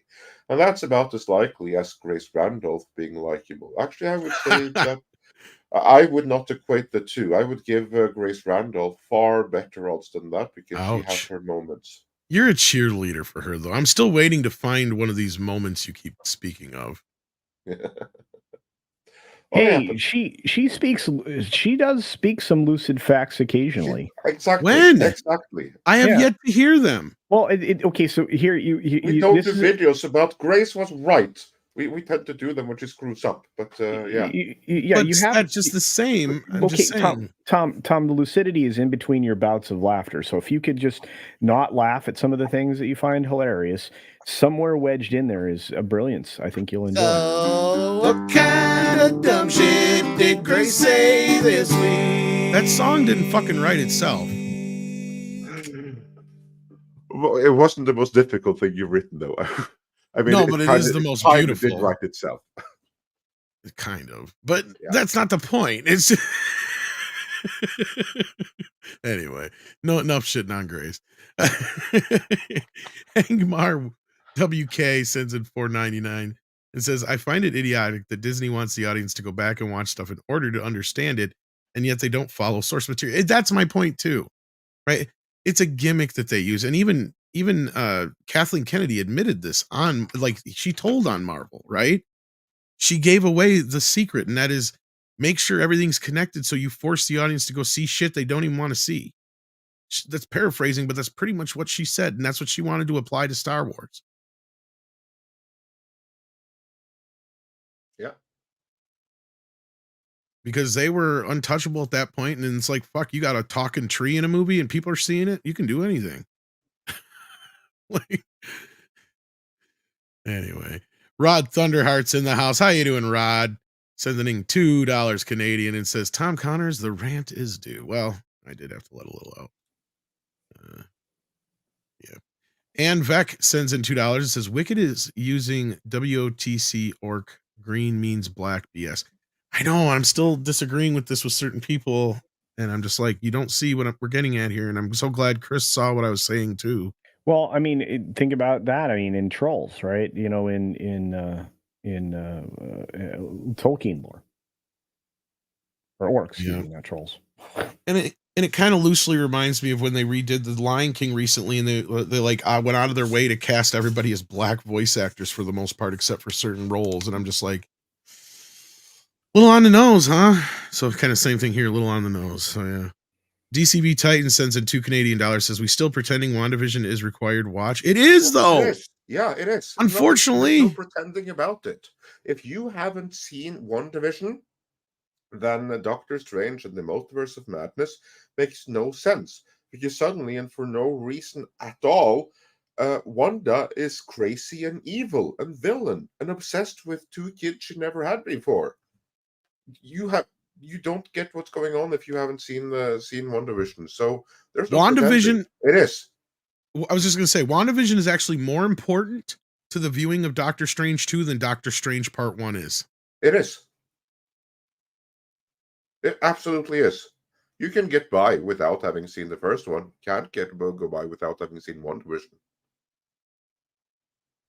And the only reason I realized that going into the movie about a third of the way in or whatever it was is because I'd only seen half of WandaVision. I'd seen enough of it to know I'm like, oh, shit. Because I'm like hoping this was going to be more attached to Spider-Man No Way Home with the whole multiverse things. He's got to fix something. No. I wasn't expecting Spider-Man to show up, but I was at least expecting the story to gradually, and this is the way the MCU worked before. But we also weren't building off of 10 different storylines here, right? And this is what people don't understand that come at me like with, well, yeah, but it's this and it's that and it's the other. It's the MCU, it's why it's, yeah, but at the time you had like 4 basic leading characters that you were building off of, right? That's it. It's a little easier to follow 4 storylines than it is to follow 13 or 14 converging storylines all the time. When you're talking hours upon hours of shows and movies that you have to consume. Like, I have avoided watching any Marvel movie that I don't think I have to watch anymore for that very reason. I ain't seen Shang-Chi. I've only watched most of the Eternals. I did see Doctor Strange. I didn't see the second, I was trying to think, there's at least 2 or 3 more I haven't seen. The second Black Panther, and there's another one I haven't seen yet. I'm trying to remember what it was, but so yeah, there's already a handful. Together. And I've seen none of the shows outside of like the first few episodes. Hawkeye was the only one that kept me interested all the way through, and then it dumped it in the last episode. I haven't watched the Falcon show, none of that shit. Which I know that's going to be required viewing to see Captain America 4 now. So why are they even calling it Captain America 4? Because it's not. It's the sequel to the TV show. Yeah. It's season 2, Captain America and the Winter Soldier, season 2, or Falcon and the Winter Soldier, season 2. Which I don't even think it's supposed to have Winter Soldier in it because he's supposed to be in the other one that's getting delayed, Thunderbolts. Yeah, yeah, that still has the wrong team. Anyway, so moving on. Yeah, I wish we had to pretend that it wasn't DCV Titan, even though I think you're being sarcastic with that. Kalekioki says with $5 says. Arkham Knight, a 10-year-old game, currently has more players. Yeah. Yes. Than the recent Suicide Squad game via Steam. We did it, Andre. We sent a message. Yeah, we covered this Friday or Saturday night on Flashcast. Yeah. Great news, gamers. You make me proud. Thank you, Kaleki, for letting me know. I'm telling you right now, there's so much more to talk about with this Sweet Baby Inc. I mean, I just keep diving deeper and deeper. Now I'm trying to find out where all their funding sources are from. Well, and the best part of this is hopefully Zaslav is seeing this. And then he starts hovering over James Gunn, curious what he's doing over there. Because if he sees this reaction to this game, hopefully, because that'll just solidify things he said in the past. And then hopefully he'll realize why people are rejecting it. And he'll shake up DC a little bit going, hey guys, just make sure you don't make mistakes like this. And I will give them the benefit of the doubt that this game has been in development for a while. It probably did begin development right around the same time Birds of Prey came out. Yeah. Speaking of, apparently, is it true that King Shark is gay in this game? Probably. I don't know. He talks like he's gay. I prefer the Sylvester Stallone version. Yeah, the Sylvester Stallone King Shark is the definitive King Shark. You can just retire all other King Sharks right now. Because that version was the definitive one. So they made a different one here, and he's gay now. Perfect. I mean, yeah, that's one way to meet your DEI goals, I guess. That's Sweet Baby Inc. for you right there. Make the shark gay. Fantastic. Yeah. I can't. Anyway. I can't confirm or deny. That's all I can say. That So message. don't ask, don't tell. Yeah. And moving on from there, Yes. Euler's Workshop says for $9.99. Remember, BlackRock said they were going to force behaviors. Film for totalitarian countries becomes a state propaganda machine. I don't see a difference happening here. Real art will become clandestine. Yeah, you are right. Entirely right. That is kind of what's going on here. And the underground is where it's at right now. You need to look for true cult in film. I think you're going to, and to that end, Andre, I think you're going to see more independent productions start to yield greater returns at the box office. I think you're going to have new distribution partners emerge that really weren't there before, that are going to deal with these theaters, these cinemas to get their creations placed into theaters. I think you're going to see that. Because the theaters, the owners of the theaters, whether they be regionals or these megaplexes, Mhm. The nationals, I think you're going to see them starting to work with people who can bring them material that they can sell. Because They kind of already are. Sorry. Yeah, no, you're right, Tom. I'm just saying it's going to expand. It'll become more broad. Well, that's like the Taylor Swift thing is a good example of that. Take out the equation of the Taylor Swift factor, just the point of that pissed Hollywood off. They don't like that. Because all that did was show them exactly what I said 5 years ago or whatever it was, almost now, when the whole COVID thing hit. And people laughed at me when I said Hollywood is going to realize that they need the theaters a hell of a lot more than the theaters need them. People are like, well, you're stupid. I'm like, no, I'm not, because theaters will find a different way. They have always thrived and survived in some way or shape or form. And they did over the COVID thing. And sure, some did close down and some of the bigger chains had issues. But at the end of the day, I think you guys are right. And now's the time where things might go back to the way they were when you had a lot of regional indie films, right? Where they would show in certain areas, because that's the easiest way that these guys can possibly maximize their advertising dollar, right? If you start this little grassroots campaign in an area, get it out there, only advertise in a small area so it's not costing you too much, and then the word of mouth will spread throughout the country. So then, you just build the momentum of this movie. And that's the way movies used to be before, So we'll see. I don't want to get too deep into this, but yeah, no, this is a great point, Culture. But once again, I don't think this is the same one. I think this is the same one as before. Unless he did gift another 20 memberships, let me know, is this live? I think this is the same one as before. Live? Thank you for that. It might be a new one though, so let me know for sure. Adam Wolford sends in $5, says, I was hoping to Valiant Renegade a halftime show would have been Tom singing Ghostbusters theme, singing in a pink bikini, but Valiant Renegade said no. And he said it very quickly without much thought, as I don't know if I could get into a pink bikini myself. Chris K has been a member for 8 months. It says, any chance for Midnight's Edge's Metal in Cinema special, Andre? Metal in Cinema. How would we do that? I don't know. Well, how about this, though? That is something we can contemplate. But meanwhile, I actually am working on like the next big retrospective of film retrospective. And that's going to have a huge metal component to it. More specifically, black metal component to it. I think that you're going to dig it. It should be out in, I don't know. It's the kind of stuff that's not going to be big in views, so it's between everything else when we have time. So I'm anticipating release in maybe 2-3 months. Yeah. In the early stages of writing right now. So big retrospective coming with a heavy black metal component. That should be something for the metalheads out there. There you go. Oh, and I got a PayPal sent to me from Neon Knight, it looks like. Let me see if I can read it here. Tom, this is from Neon Knight to bypass Google to help keep the lights on. Well, thank you. And thanks again for the Megan recommendation.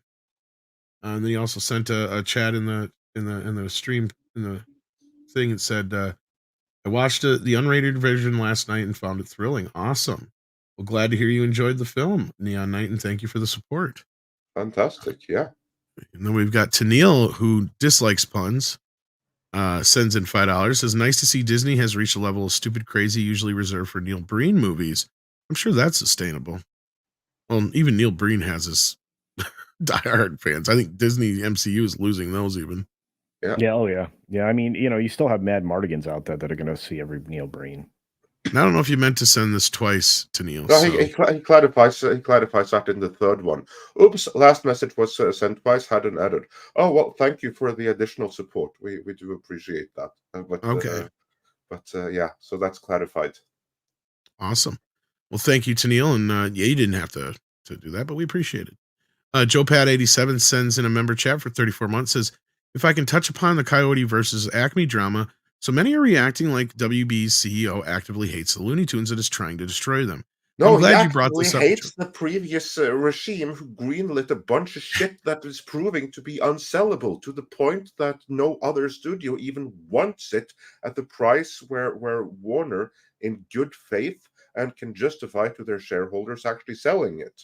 That's what he's dumping here. Nothing personal. Thank you, Andre. Yeah. You even stole my passion in that one. It felt like a little bit sorry. there. I'm passionate about it too. No. I didn't mean like stole it like in a bad way, but like you fed off it, like kind of thing. Because here's the other thing I've been going around is like, we have no proof that David Zaslav made this choice to begin with. On the contrary, we have every reason to think that he didn't. But if anything, showing the movie to other studios and they aren't willing to meet the price that they want, is a very fair price. That tells me that scrapping this is probably the right move.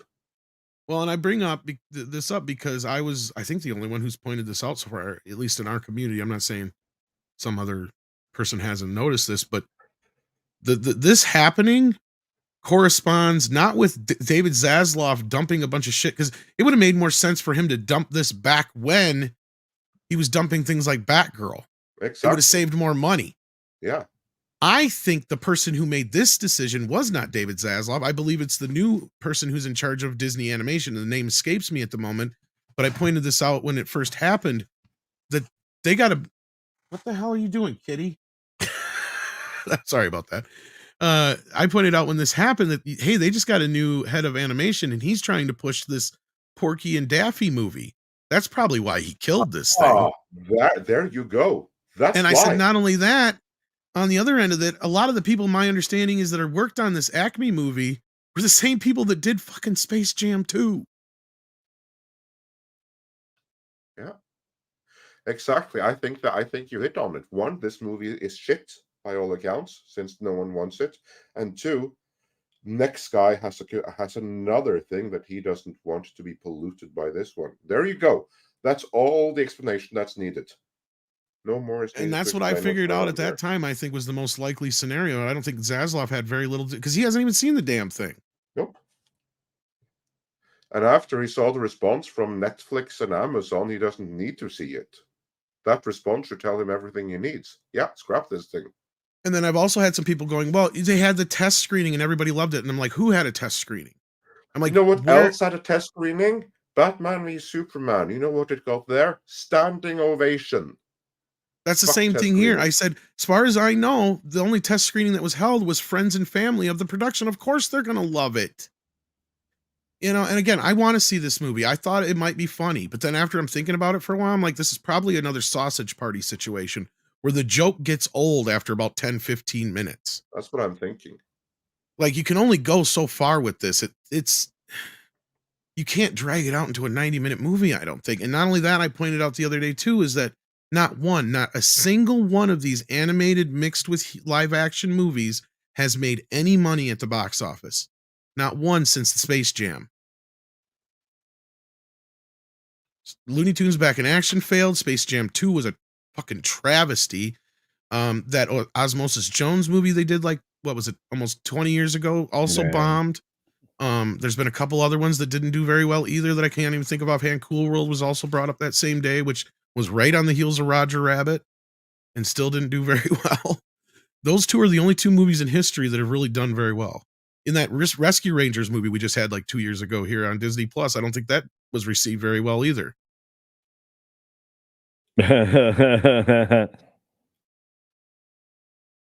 And that would have been a better movie had they just kept them as the same characters. This idea of making them actors playing Chip and Dale, that was just dumb. Yeah. Well, I just gave you the laugh of the reason why, but yeah. Yeah, I know. Elusive sends in a member chat, says, I noticed the DP3 trailer showed no one from Loki in TVA scenes. Could they be smart enough to write the TVA as if no one saw Loki, so no homework?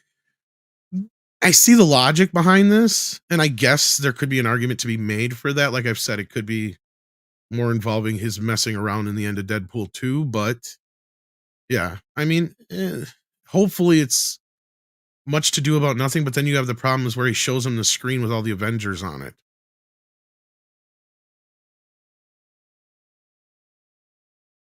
Did you see the meme that I found about that, Andre? I don't think so. I said it should have not been the Avengers, because that's implying that the Avengers were the problem. Yeah. This should have been what was on the screen, and then maybe I wouldn't be as upset. Yeah, exactly. If Deadpool was fixing this and this, that would have been more honest, because that is what needs fixing. That's the part where I took a pause. I'm like, wait a minute, we like those things though. We don't need we don't have a problem with those. We have a problem with these other things though. And I found this and I posted that. I'm like, yeah, that one took off for me, 1K. Yeah, but the other one, not so much. But yeah, Joe Pat 87 says, I wanted to acknowledge that juxtaposition, how easy the scapegoating is proving, especially when you're addressing far worse things going on. Yeah, I'm not sure what this is in reference to, Joe Pat, but I guess I agree with the sentiment. Yeah, the sentiment is always on the money. So yeah, thanks for the observation.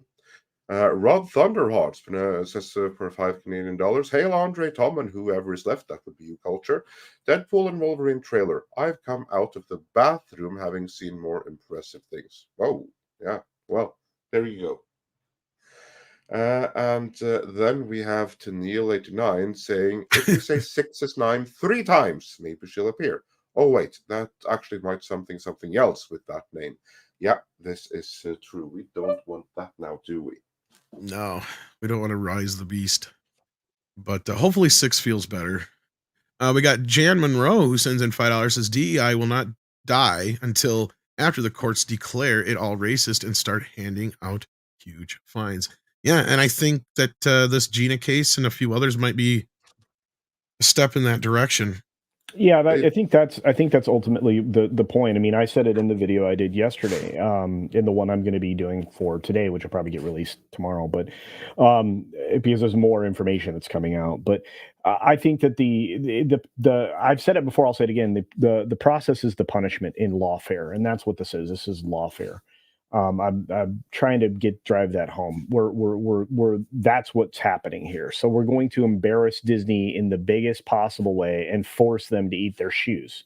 And they should be comfortable with that because they've had their foot in their mouth and a lot lately, or both feet in their mouths a lot lately. So when you do that to a company and you force them into that kind of a position, you know, they have no other thing that they can do other than relent. And again, I mean, part of that is also going to expose through discovery all of the stuff they really don't want out there: communications, policies, the reason that people are cast, because believe it or not, that stuff ends up in emails and all kinds of things. That's the last thing they want, is that kind of exposure.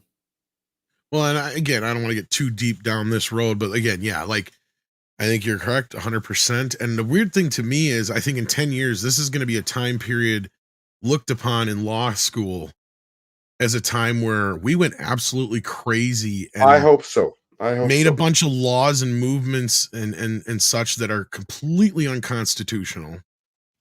Were racist and went against all sorts of laws that were already on the book that protected people. And they just basically, like, I swear, if you fed like an AI, like our laws right now, it would just go completely batshit crazy. Like I said the other day with that thing we were reading from Disney, like if you fed this to an AI, it would go insane because it wouldn't understand what you're trying to feed it. It's all contradictory. Yeah, like for instance, that Disney how to frequently ask questions things. It was that's what I mean. Yeah, self-contradictory indeed. That's exactly what I was referring to. Yes. Yeah. Anyway, Tennille sends in another 10. Thank you so much, Tennille. Says, Andre, saying you haven't seen Loki, I have, is the saddest thing I've heard this week. Heard in weeks. Brings to mind the shell-shocked war veteran. Yeah, my condolences to our vulnerable Viking lord. I thought it brought me back to the Rings of Power. You have not seen what I have seen. Right. Only you actually had good delivery. I mean, that woman, she only had the bitchiest of bitchy deliveries. Well, he was trying to do an impression of you, which wasn't bad. Wasn't horrible. Yeah. I've heard worse. Yeah, but she said, you have not seen what I have seen. There's a tempest within me. I can't even do it because you need a red and proper bitch to be able to say those Rings of Power lines the right way. Joe's Atmosphere sends in $4.99, says Josh Brolin got arrested here in Shreveport when was making a movie. He tried to use the "Do you know who I am?" drunk outside. Oh no! Oh really, Joe? That line is so just inviting problems. No. Because sometimes, depending on who you are, you can get away with that.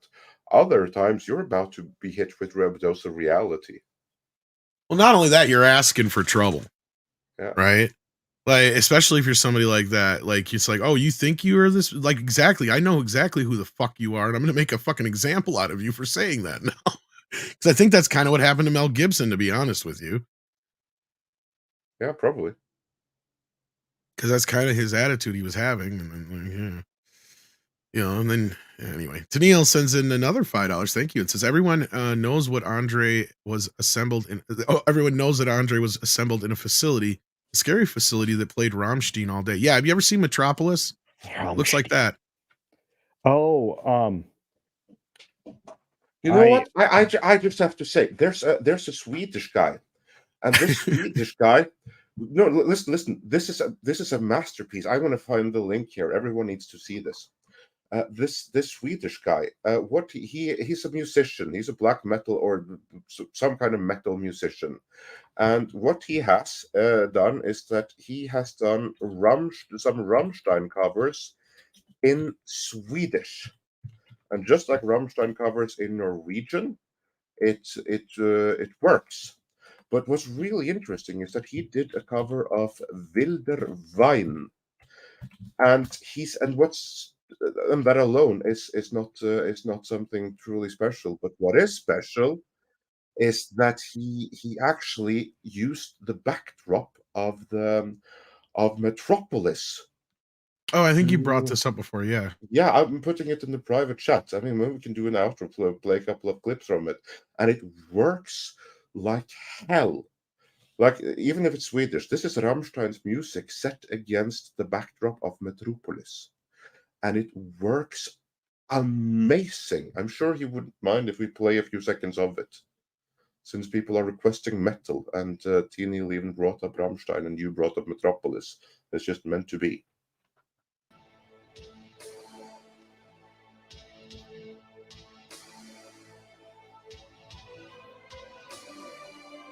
Need to increase the volume a bit.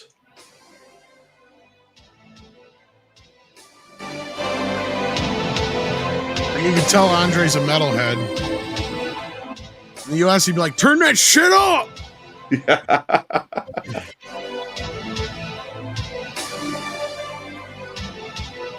It reminds me of home.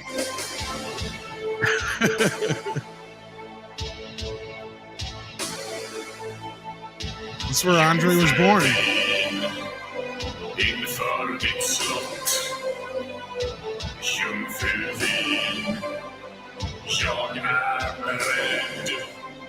Man kunnigar ankomst endast för kronan. Gud bestå mig och öppna dina portar. Jungfruvin och nu långsamt. Jungfruvin, din varma frukt. Anyway, point is that the imagery and the music is pretty darn good fit right there. Yeah, works out really well. Yeah. So yeah, head on over. I'm putting the link right there. Head on over to let him know Midnight Said sent you. Yeah. Yeah. Excellent. All right, we got a couple more super chats here. We've got Tennille who says, oh, we got this one already. Another one though, he says, not to be pedantic. Thank you again for the $5 though. Says, but wokeism can't be abandoned. It has to be repulsed. Fortunately, gravity is doing a lot of that work for us there, figuratively. Oh. Then Nicholas Horton sends in a member chat for 32 months. Thank you for that, Nicholas Horton. And then let me double check the Rumble side of things. We're all caught up there. So that brings this episode to a close. Who'd have thought we could talk for 3 hours about 4 trailers? Oh, you never really We know. did. Well, we talked a little box office too, but yeah. So yeah, Culture, what you got going on? Well, I dropped a video yesterday. I really wish everybody would go see. It's got over 12K views now, talking specifically about the Gina Carano case and some legal expert opinions on how much of a slam dunk it will be. I've also got another video coming up, hopefully later today, if not tomorrow, on similar issues, because there's been even more things revealed, evidence-wise, in this particular case against Disney Lucasfilm by Gina. So I have a feeling we're going to be doing this on the regular, and you know what? It's great because it makes Disney look bad. And the last thing Disney wants is this kind of noise going into a vote, which we're coming up on that deadline here pretty soon. So if you are an owner of a proxy with the Disney board, you vote for the blue card. I think you'll be happier. All right. Andre, I think we have Toxic Femininity firing up for tonight. The ladies are ready to get down. Awesome. It's been a while. I'm sure they're going to have quite a few things to discuss, especially considering Gina and all the trailers that dropped. And maybe things they'll talk about Tay-Tay, I'm sure. Yeah. Things might get spicy when it comes to Wicked. Who knows? Wicked. Tune in to find out. But that will happen tonight at 7 p.m. Central. Otherwise, anything else we need to plug right offhand? I know we did a video the other day. We did a video the other day. Do check that out, because the algorithm certainly didn't let anyone know it was there. But I did the final comments on the Disney earnings call. Did a video on that, and exactly how Bob Iger was willing to pull some wool over not Hollywood size, but Wall Street size. We will also have plenty videos coming this week, starting from tomorrow. So be sure to check back here for that. But before that, it's of course Toxic Femininity. And with that, it is time for some koalas in the rain. Koalas in the rain, koalas in the rain. No fucks given,